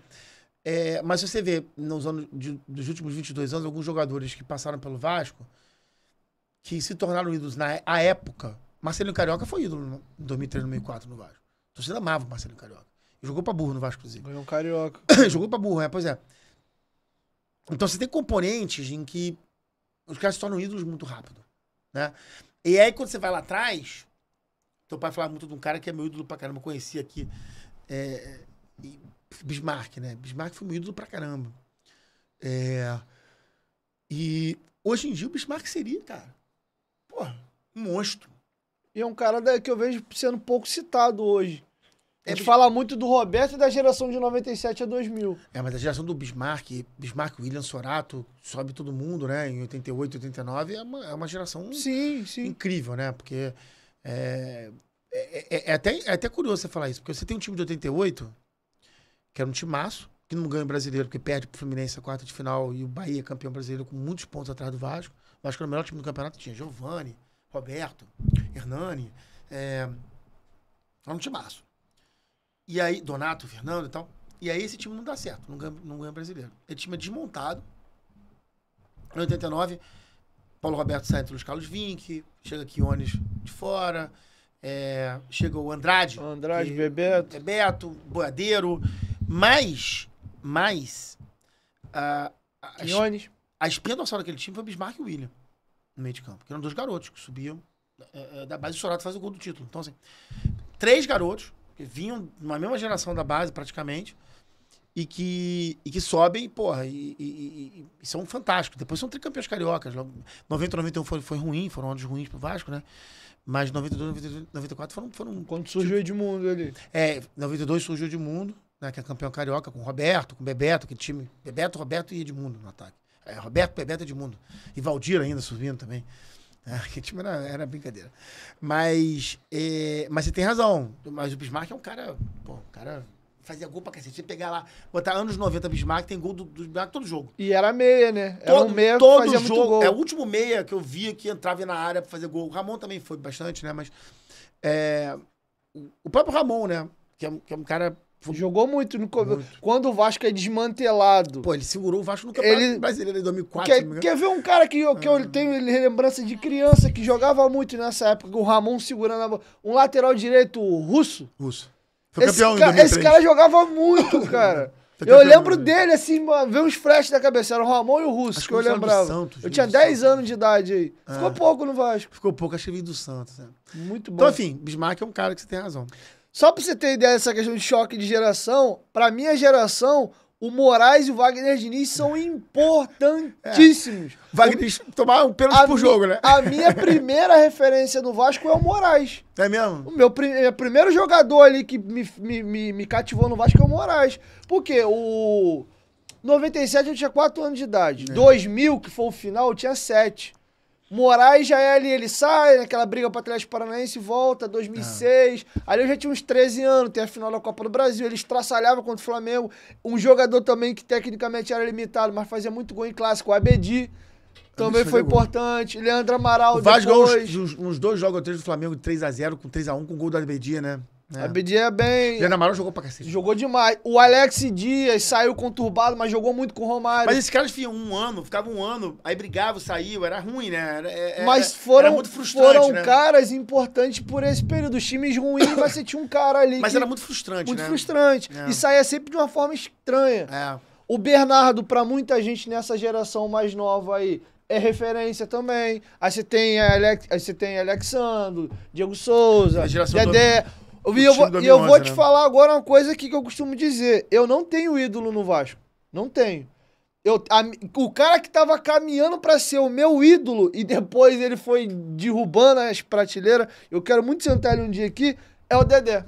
Pra minha geração, o grande cara tinha ali Felipe, Diego Souza, Juninho voltando, mas pra minha geração, porra, o Dedé era o cara, era o mito, era o 66º brasileiro, era o cara que roubava, armava e ia lá na frente e fazia o gol, era o único cara capaz de parar o Neymar. Mas eu acho que essas coisas todas, existe um espaço, eu sou puto com ele porque ele foi jogar nos caras, mas jogou muito nos caras, mas o espaço do Felipe é importante, né? Porque o Felipe sai do Vasco, é um grande vencedor pelo Vasco. O Felipe, quando volta, sai no Jornal Nacional, eu lembro. Não, e ele volta e é campeão da Copa do Brasil, né? Então, assim, é muito... Assim, o Felipe é um caso de sucesso, né? É o maior vencedor da história do Vasco. Mas ele volta e ele ganha um título importante. O único título importante dos últimos 22 anos do Vasco, o Felipe tava lá, entendeu? Então, assim, isso é muito importante, Sabe né? qual é a minha primeira lembrança do Felipe? Não é no Vasco. Não? A maior tristeza da minha vida, tudo em frente na televisão, em termos assim de decisão, é o Carioca de 2004. Porque, de novo, de 97 a 2000 eu era pequeno. 2004 eu já tinha 11. E o que o Felipe jogou no final daquele Carioca foi na ponta direita. Assustador. Na ponta direita. Assustador. Eu lembro que bota o Coutinho pra marcar, bate, tira. Não, o Coutinho entrou no segundo tempo. Tinha um outro malandro marcando ele, tira. Aí o cara entra, porrada, é expulso. É 3 expulsos, ele faz um diabo. E eu lembro bem do jogo, que o Vasco perde o primeiro jogo, acho que é de 1-0. Aí no segundo, o Valdir faz um gol no comecinho. Eu falei, porra, rapaz, vai dar. E aí daqui a pouco o Felipe arregaça e o Jean faz os 3 gols. Jean faz 3 gols. Agora, nunca fez gol. E o Felipe com um problema de joanete, ele cortando a chuteira pra o joanete dele respirar. Já como meia, eu acho que talvez tenha sido... Contra o Real Madrid foi assustador a partida do Felipe, mas talvez aquela final pelo Flamengo contra o Vasco no Carioca foi uma das maiores atuações dele. Tem um jogo dele contra o Santos, no Rio São Paulo, que acho que o Vasco ganhou 3x1 no São Januário, que ele foi uma atuação, depois o Felipe arrebentou. Mas enfim, é isso. Tamo lascado, a minha geração, coitado. Meu filho nasceu em 2000, cara, imagina. 22 anos. Aí tu vê, você falou de novo, o Cano começa muito bem e agora já arranhou a imagem também, então é uma geração difícil, A gente precisa reconstruir a visão do ídolo, né? Torcer pra isso acontecer. Dos últimos, o Nenê, cara. Muita gente é mais velho... Eu tenho um respeito bizarro pelo Nenê, cara. O Nenê ele quis o Vasco, ele escolheu o Vasco, ele quis voltar. O Nenê é um cara que eu guardo... Tem até uma camisa que eu peguei lá, que ele assinou pra mim e tal, que eu tá guardado com carinho, porque é um cara que eu tenho em alta conta, cara, a mais alta conta. E aí agora, pra quem não conhece o Nenê e já ama o Nenê de paixão, eu vou dar um motivo pra você gostar ainda mais dele. Além de todo aquele grande personagem que você vê, 2015, 2016, ele era muito marqueteiro no treino, ele filmava, ia fazendo as paradas, no aeroporto ele vai na galera. Mas quem conhece o Nenê intimamente no dia a dia, o Nenê é uma figura bizarra. Ele para, ele atende todo mundo, ele assina um caminhão de camisa, ele manda vídeo, ele tira foto. Eu tenho a oportunidade de conviver com ele recorrentemente no CT. E ontem, por exemplo, eu trombei com ele, tava passando já com esse carro dele, do nada ele para, freia, baixa o vidro, é a parada lá. Que a gente tá pra fazer uma entrevista há um tempo, mas falei, cara, não tem clima, não tem momento, deixa essa situação da Série B passar. Mas é um ser humano assim... Tomara que o Vasco saiba conduzir, né, da melhor forma possível esse final de carreira dele, né? Porque é um cara que tá em final de carreira, sem dúvida nenhuma. E merece por todo o carinho que ele demonstrou pelo Vasco nesse tempo todo. Talvez tenha sido o último jogador de primeira linha a jogar no Vasco, né? Porque veio mais velho, é verdade, mas, porra, tem uma carreira de primeira linha no futebol europeu, né? Então sou muito... Tô nesse aí, tô nesse teu time aí de Nenezete. Sou Nenezete. Eu também sou. E, cara, a primeira passagem dele foi assustadora, mano. Porque ele joga 15 e 16, é bizarro. Fiquei puto os 2 anos que ele foi embora. Falava pra Nenezete. Nenezete, sou. Nenezete, sou. Tô Nenezete de carteirinha. Não, e ele falei pra ele outro dia, ô Nenezete. Aí ele riu pra caralho, mas é isso aí. E o que ele faz com aquela idade, imagina aquele cara chegando no Vasco com 30, porra, 28. Jogar muita bola. Jogar muita bola. Jogar muita bola. Jogar muita bola. 3x0 Corinthians? Oi! Notícia boa aí, pra galera que é vascaína. Se bem que o cara aqui não é do Vasco, mas pro vascaína aí, 3x0. Gol contra do Felipe Melo. Então acabou 3x0 aí pro Corinthians aí. Me sinto mais aliviado pra essa final. Tem um time pra torcer, agora eu tenho que torcer pro Corinthians ganhar a final, né? Somos todos Coringão. Nessa daí não tem como. Tenho certeza que todo mundo do Vasco todo mundo cara de Coringão. Tenho certeza. Vitor, tem algumas coisas que eu não posso deixar de te perguntar. Vamos lá. Primeiro, como é que foi essa condução? Porque eu vi grito, nesse caso específico, eu vi grita interna e externa. Queria que você desse um relato de alguém interno. Quando começa a se avizinhar a possibilidade do Luiz Melo ser passado da SAF do clube associativo para dentro da SAF mesmo composta, gerou uma grita. Vi até que teve briga interna entre vocês lá, reunião, não sei o quê. De fora a gente ouvia muito qual discurso. Pô, eu acho imoral um cara que tá numa ponta da negociação, defendendo os direitos do clube de valuation, vamos negociar e tal, e ele faz a negociação e automaticamente, após o processo concluído, ele passa pro outro lado. Uma coisa que eu falei até lá no canal, que é o seguinte: a diferença do Luiz pra você, pro Adriano Mendes, pro Fonseca, pro Otto, é que vocês são cargos amadores. E tem lá os 5 anos lá de... Quarentena que você é obrigado a cumprir e não pode ir pra SAF. O Luiz Melo é um cargo profissional. Ou seja, tá bem, você mantém, não gostou, demite, coloca outro lugar e ponto. E não tem quarentena justamente por ser um cargo remunerado. Queria ouvir de você como é que foi essa discussão interna. Realmente houve uma rusga? Conta pra gente um pouco de detalhe. Cara, eu vou me permitir te pedir desculpas e não gostaria de falar sobre isso. Eu sou muito claro nesse negócio. Assim, são questões internas. Eu acho que a visão dos vice-presidentes que saiu aí por aí, né? Ela é clara, pública. Não tem por que a gente contar mentira. As opiniões foram dadas, foram levadas às pessoas a que é de direito. E o que eu posso dizer para você hoje é que eu tenho plena confiança de que a 777 vai sempre ter no Vasco os melhores profissionais possíveis para administrar o Vasco. Já está mostrando isso com as contratações, né? Tem contratado gente de alto nível, a gente viu isso.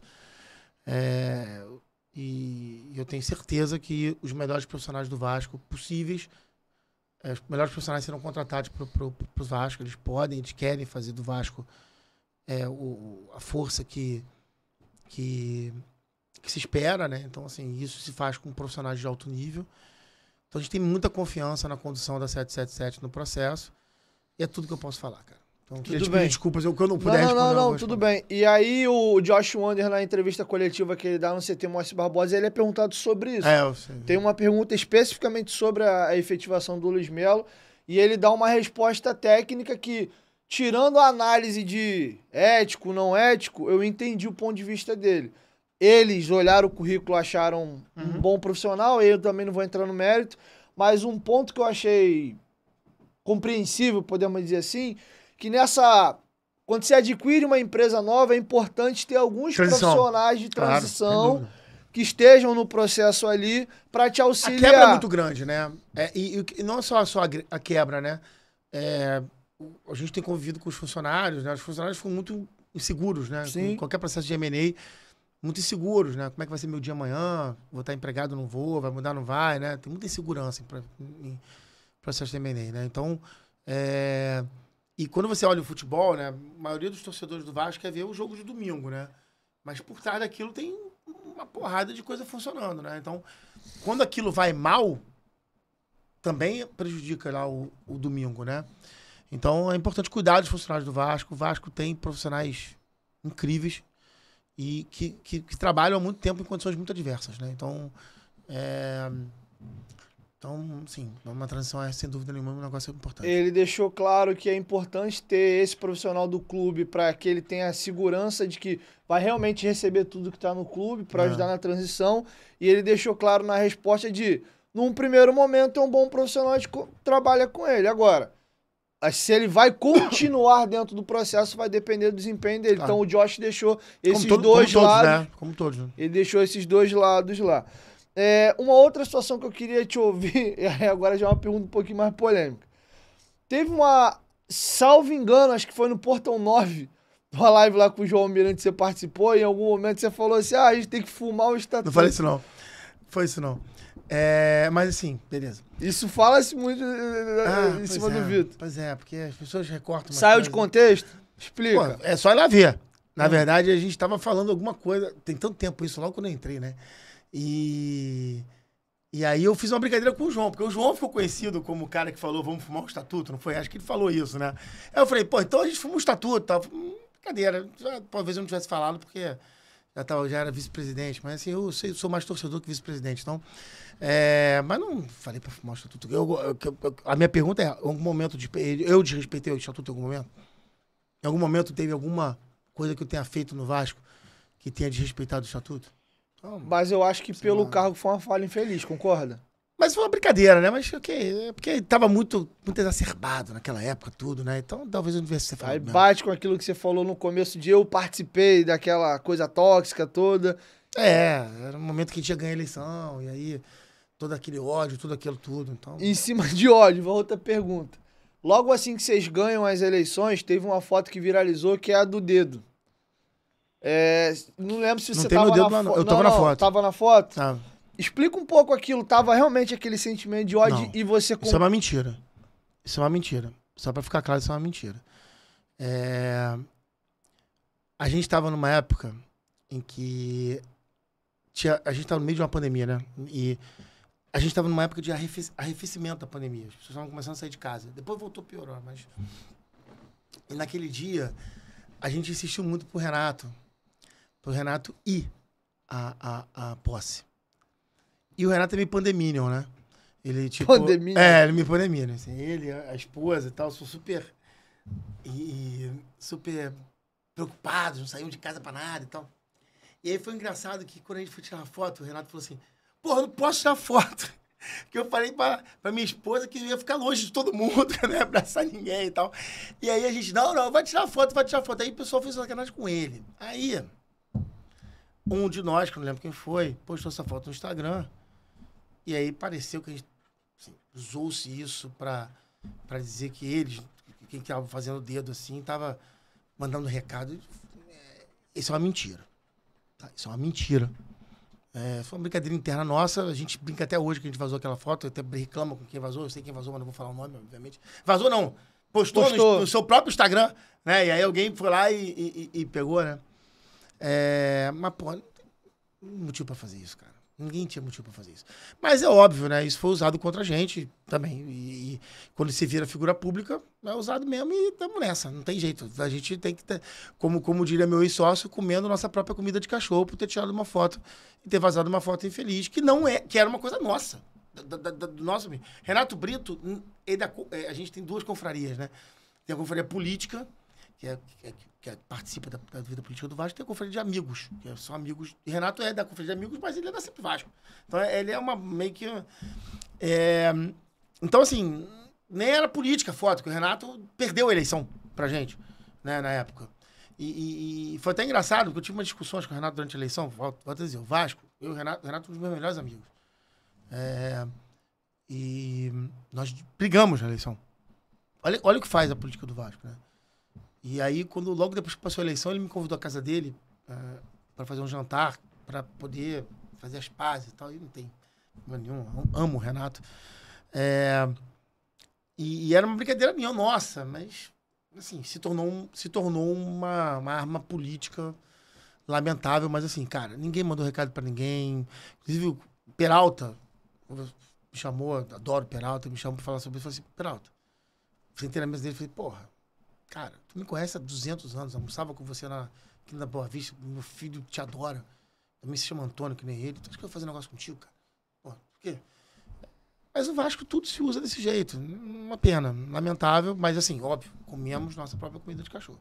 Tiramos uma foto horrorosa, não fazia o menor sentido. Tô na foto também. Curiosamente, não estou dando o dedo, mas estou também na foto aqui no canto.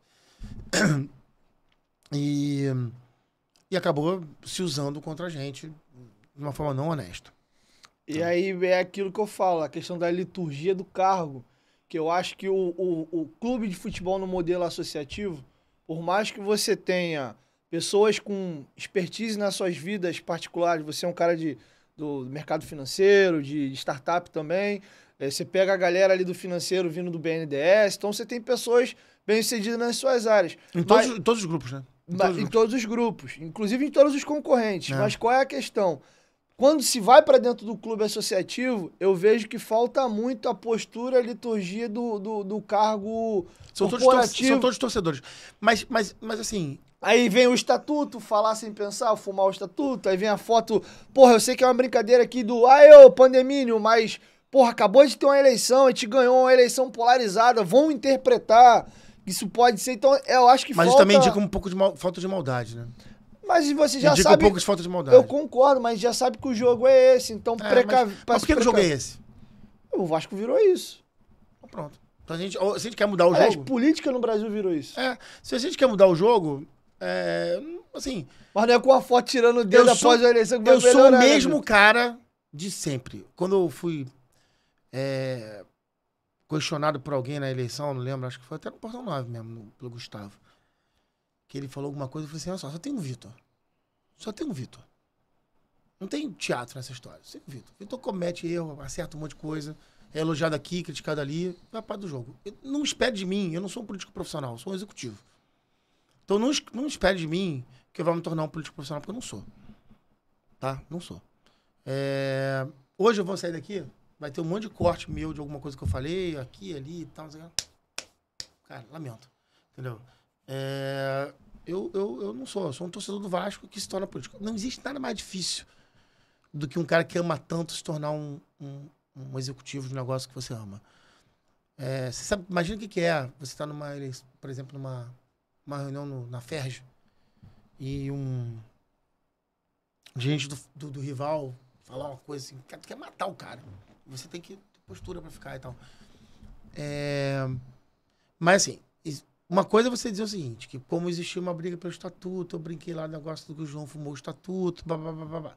Outra coisa é uma foto tirada de um Instagram privado de uma brincadeira interna. São duas coisas diferentes. Vou dar um exemplo. No ano passado, eu passei uma semana na Chapada dos Veadeiros. Eu, minha mulher, um casal de amigos. O meu Instagram é fechado, privado. Ninguém me segue, não deixo ninguém me seguir. E eu postei uma foto na Chapada dos Veadeiros. Né? Um dia antes daquele jogo contra o Cruzeiro, louco, que o Vasco ganhou, mas não ganhou. Né? Lembra?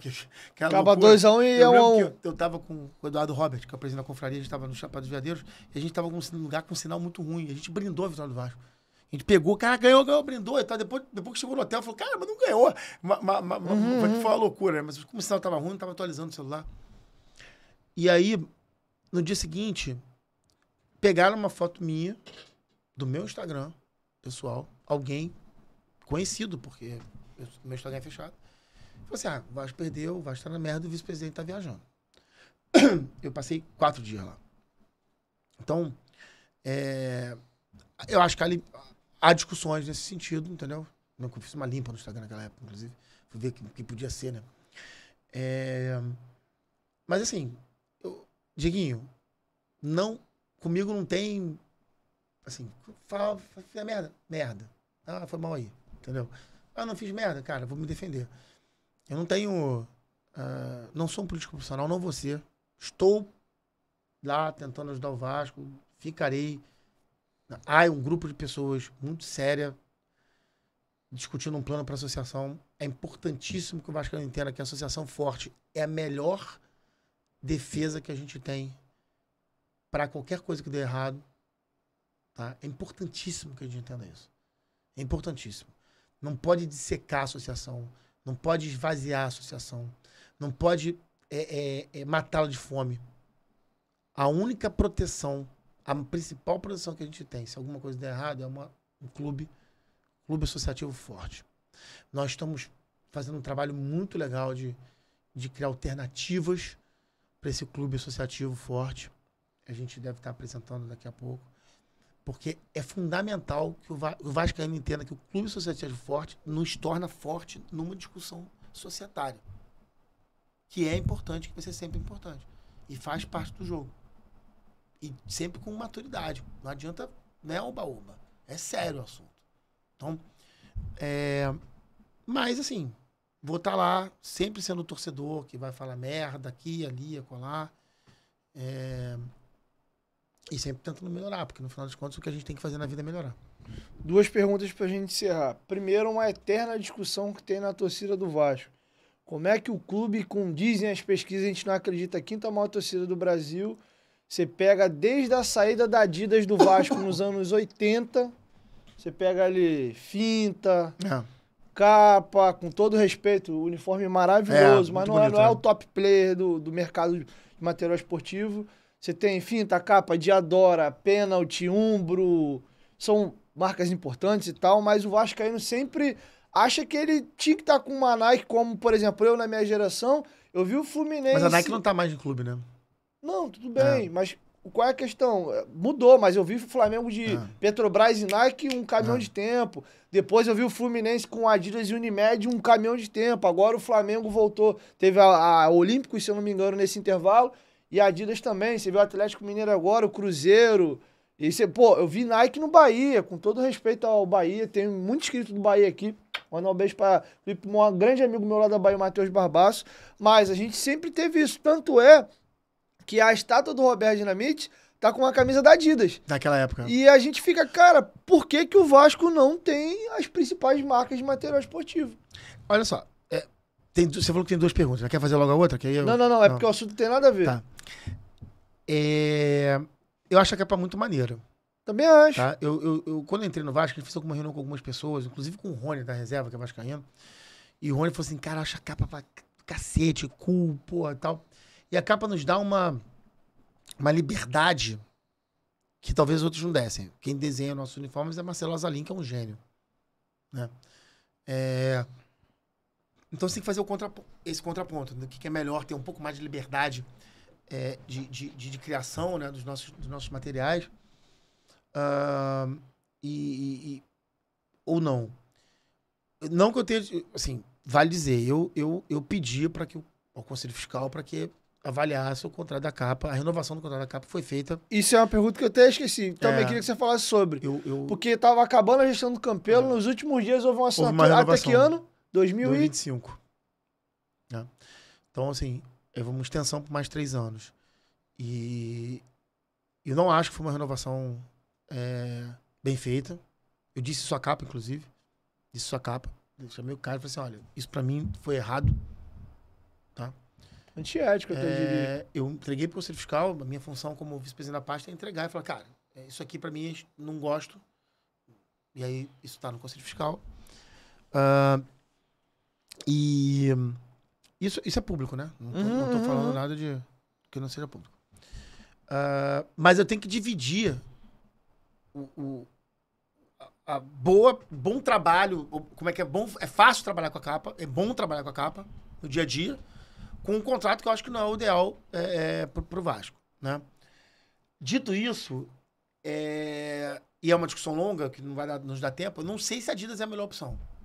Tá? Eu não sei se pelo que eu estudei do tema nos últimos tempos, né? E aí a gente tem uma discussão sobre o que é melhor, se é dinheiro ou se é marca e tal. Então, essa discussão dá para um programa inteiro. Um programa inteiro com dados, com informação.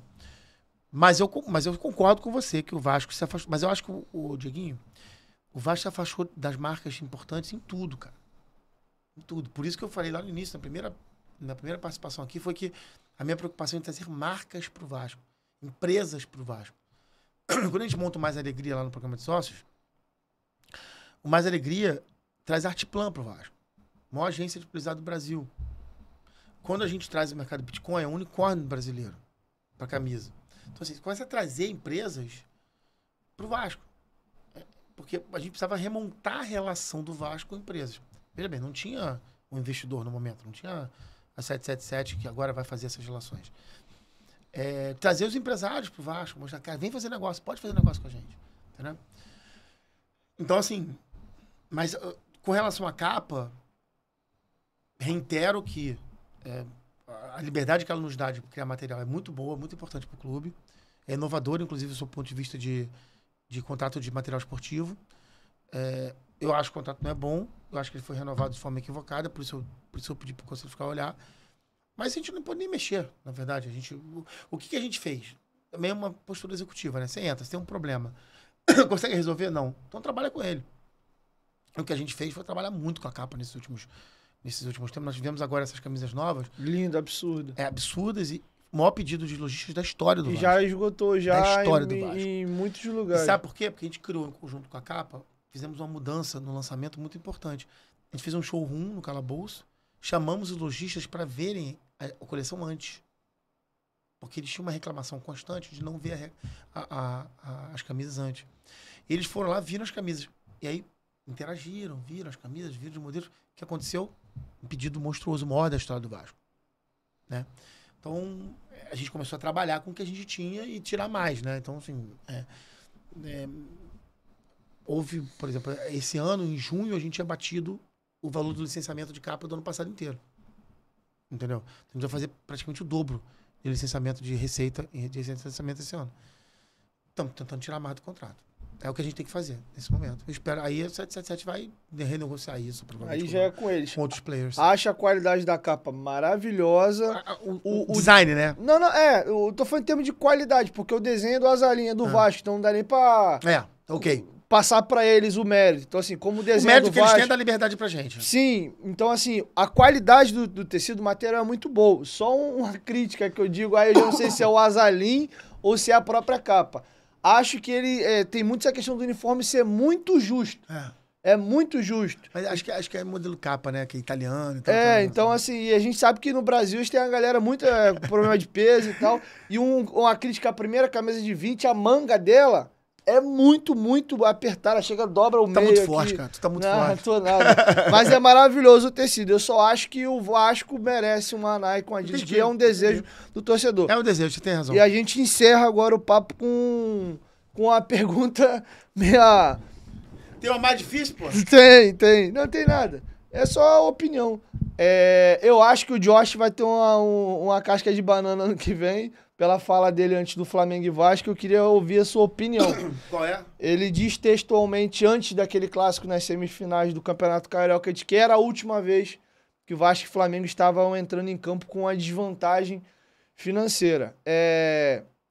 Eu acho que, não sei se pela questão do idioma, e não soube passar exatamente a resposta da forma como ele queria, mas do jeito que ela foi colocada, e eu já faço uma emenda, aproveitando política que a gente falou muito aqui no papo, que ele teve a oportunidade de ser perguntado, até dou crédito à pergunta, foi o Eduardo Ferrari na coletiva, você mantém a sua promessa que você fez antes do jogo lá, e ele manteve. Que bom, né? Dando um complemento de que, olha, veja bem, eu tô falando da estrutura financeira, etc. Pergunta é, textualmente, da forma como ele colocou lá em fevereiro, você acha que ele mentiu? Ou não colocou da melhor... Não, é porque a promessa foi já pro ano que vem. Não, mas mentir não. Beleza. Por que mentir, cara? Não, pode... Assim, o Otto falou que foi bravata. Eu nem vi esse negócio. Né? Não vi a entrevista, só vi depois a transcrição. Ah, sim. Porque, de fato, você tem razão quando você fala que a língua, ela às vezes dá algumas interpretações que ficam muito obviedades pra gente, e que o cara que fala, né? Então, às vezes, interpretações são um pouco ruins na transcrição, né?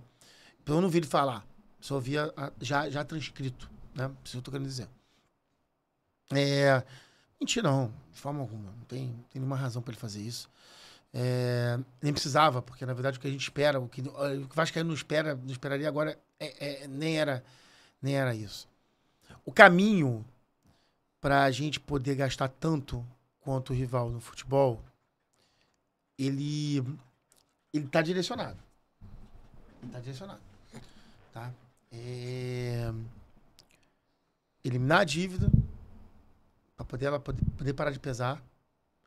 Né? O Vasco hoje gasta quanto no futebol por mês? 4 milhões? Por aí. Pois é, 48 milhões ano. Né? O Flamengo gasta 35 mês. Então, olha só, mas presta atenção. Como é que o Vasco não tivesse dívida? Se o Vasco não tivesse dívida, e com uma receita de uns 300 milhões por ano, e se você considerar que são 90% para o futebol, tá falando 9 vezes 3, 27, tá falando 270 milhões para o futebol. Isso já daria 20 milhões por mês. Tá vendo como é que não é tão longe assim? Entendeu? O ponto. Isola a dívida, tira a dívida. Puf. Fatura 300 milhões. 300. Não tô falando pra faturar 1 bi. Fatura 300. Se 90% disso vai pro futebol, são 270 milhões. Dividido por 12, 20 milhões por mês. Mais até. Então, assim, o que eu tô querendo te mostrar é o quanto que pesa a dívida. Quanto que pesa a dívida nessa conta. Na hora que você isola a dívida, e você tem em contrapartida o aumento da receita, que com a gente já estava viria num patamar mais lento do que poderá vir com a 777, você começa a transformar isso em realidade. Entendeu? Então, assim, mentir de forma alguma. Talvez tenha algum componente de transcrição? Talvez tenha. Mas mentir tem a menor razão. Minha pergunta o que precisa para bater de frente com eles? Não só com eles, né? Com todo mundo. O que precisa? São os 35 por mês? São 20? São 15? São 18? E que tipo de entrega a gente vai ter? Aí é uma discussão de bar, né? Não estamos no futebol. O futebol tá entregue a profissionais. Né? Eu sempre achei que o Vasco não devia ter o meu modelo. Tá? O meu modelo do Vasco é o modelo da base, sempre foi. Sou muito criticado por isso, porque eu sou muito parcimonioso com a base, porque eu acho que é ali que está os nossos maiores jogadores da nossa história saíram de lá. Romário, Edmundo e Roberto. Falamos aqui dos três. Os três jogando na base do Vasco. Pedrinho, e falamos Felipe, de Bismarck, Valdir. E vai embora. Então, essa é a história do Vasco, é o DNA do Vasco. Né? Então, diferente do rival, que hoje joga um cara da base lá de vez em quando, que tem uma porrada de estrela. Né? Mas o que vai precisar para bater de frente? A mentir, cara, não tem motivo. Os caras estão super empolgados, a gente é flagship, entendeu? Assim, tão doidos para fazer acontecer o negócio, entendeu? Acho que teremos problemas. Todo casamento tem problema. E isso é um negócio que eu queria parar de achar que tudo é uma crise do cacete. Entendeu? Porrada canta mesmo. Quando não canta é que tem uma coisa errada. Entendeu? Mas um caminho de construção e vou te falar, hein? O Vasco voltando a ser o Vasco nunca precisou gastar tanto quanto eles para ganhar deles. Nunca. Nunca precisou. Ganhamos deles 200 vezes gastando menos. A torcida faz diferença. Ô, rapaz. Porra. Esse cara tão desesperado da gente poder voltar, cara. É só você ver. Saiu uma matéria na semana passada da suposta proposta pelo Andrei. Você viu como quando choraram, quando doeram? Porque vai pagar não sei quanto pro Andrei. Os caras, os comentários ficam nervosos, cara. Eles sabem. Eles querem o Fluminense. Eles querem o Fluminense. Porque eles sabem que ali eles vão, tal, sei lá. Com a gente, o buraco é mais embaixo. Entendeu? Então, assim... Se eu responder a pergunta, não posso falar pra ele, né? Mas não vejo por que mentiria. Assim, ele realmente quer fazer o negócio acontecer. Quer fazer. Então... Eu só acho que a fala foi infeliz. Mas você tá se prendendo muito em detalhe, Dieguinho. Não, sabe pode quê? Porque o Vasco, gostando ou não, Vitor, é um clube... Desculpa até o termo, é um clube político pra caralho. Mas você não acha que a gente tá... Aí vai chegar janeiro, aí começa a gritaria do cacete. Mas, o Vasco, infelizmente, assim... E só um A gente precisa aumentar o nível da discussão. Concordo. Vasco, pelo amor de Deus. Mas há um ponto que eu ia falar, mas passou e agora eu lembrei. E a gente pode encerrar por aqui o papo já.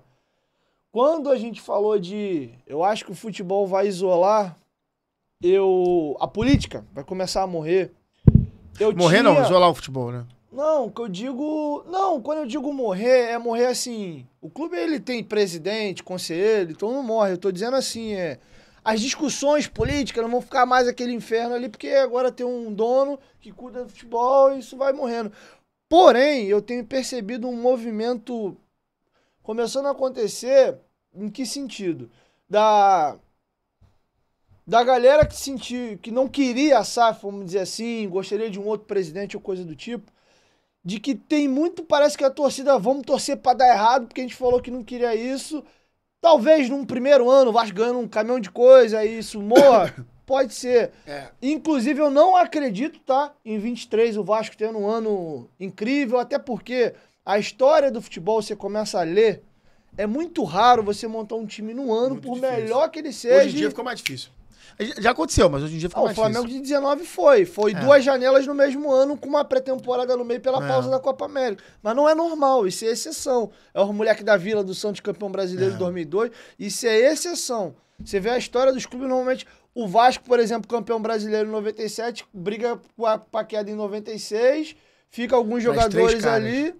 Edmundo, Mauro Galvão e Evair. Fica ali Edmundo não. Valber, Mauro Galvão e Evair. Fica uma galera ali e chega um monte de jogador desacreditado. O Odivan vindo de estadual, o próprio Edmundo veio de um período conturbado pra trás, mas tinha o episódio de 95, que ele veio umas passagens não muito boas. Aí você tem o Mauro Galvão chegando já mais velho. Valber e Evair. Já mais velho. Enfim, então você tem uma galera, o próprio Evair também mais velho. Então, enfim... Não, eu concordo com você. Eu concordo com você que é uma construção, mas o vascaíno precisa ter muita noção de uma coisa.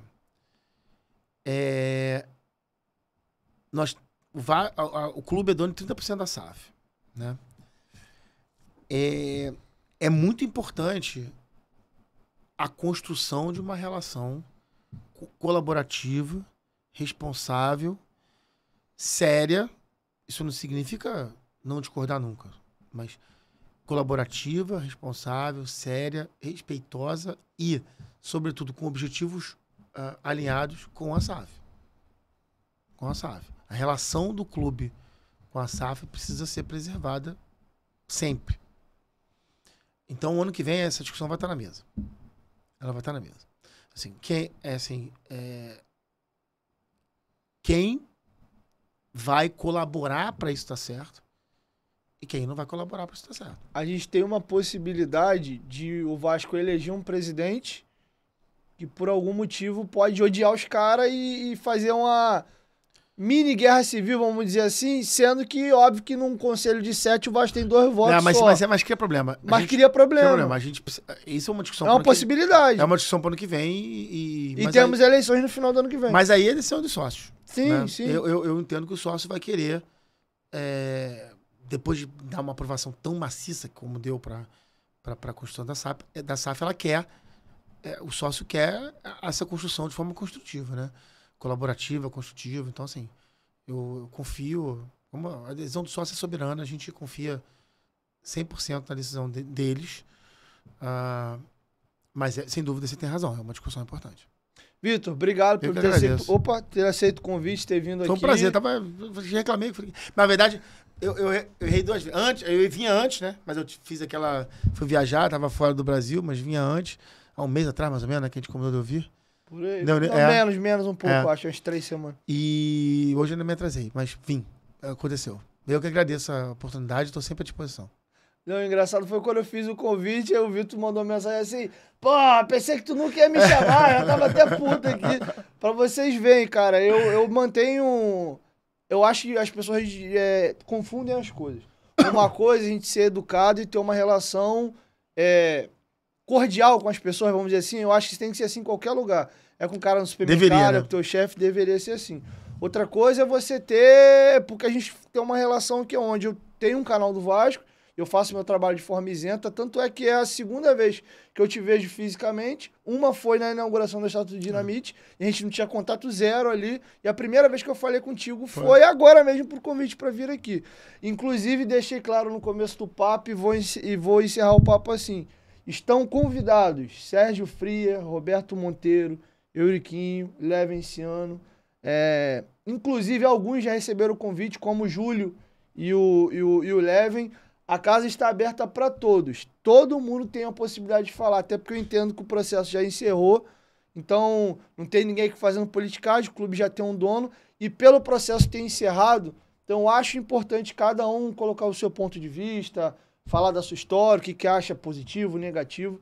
E é isso. Assim veio o Otto, veio o Fonseca, que veio hoje aqui, mas, repito, o espaço está aberto para todos. Se algum do que você gostaria que tivesse aqui não vir, pode ter certeza que ele não veio porque ele não quis. Porque o convite foi feito para todos, beleza? É isso. 1, 2, 3, futebolaço, tamo junto, família. E segunda-feira o Dieguinho volta. Valeu, fui!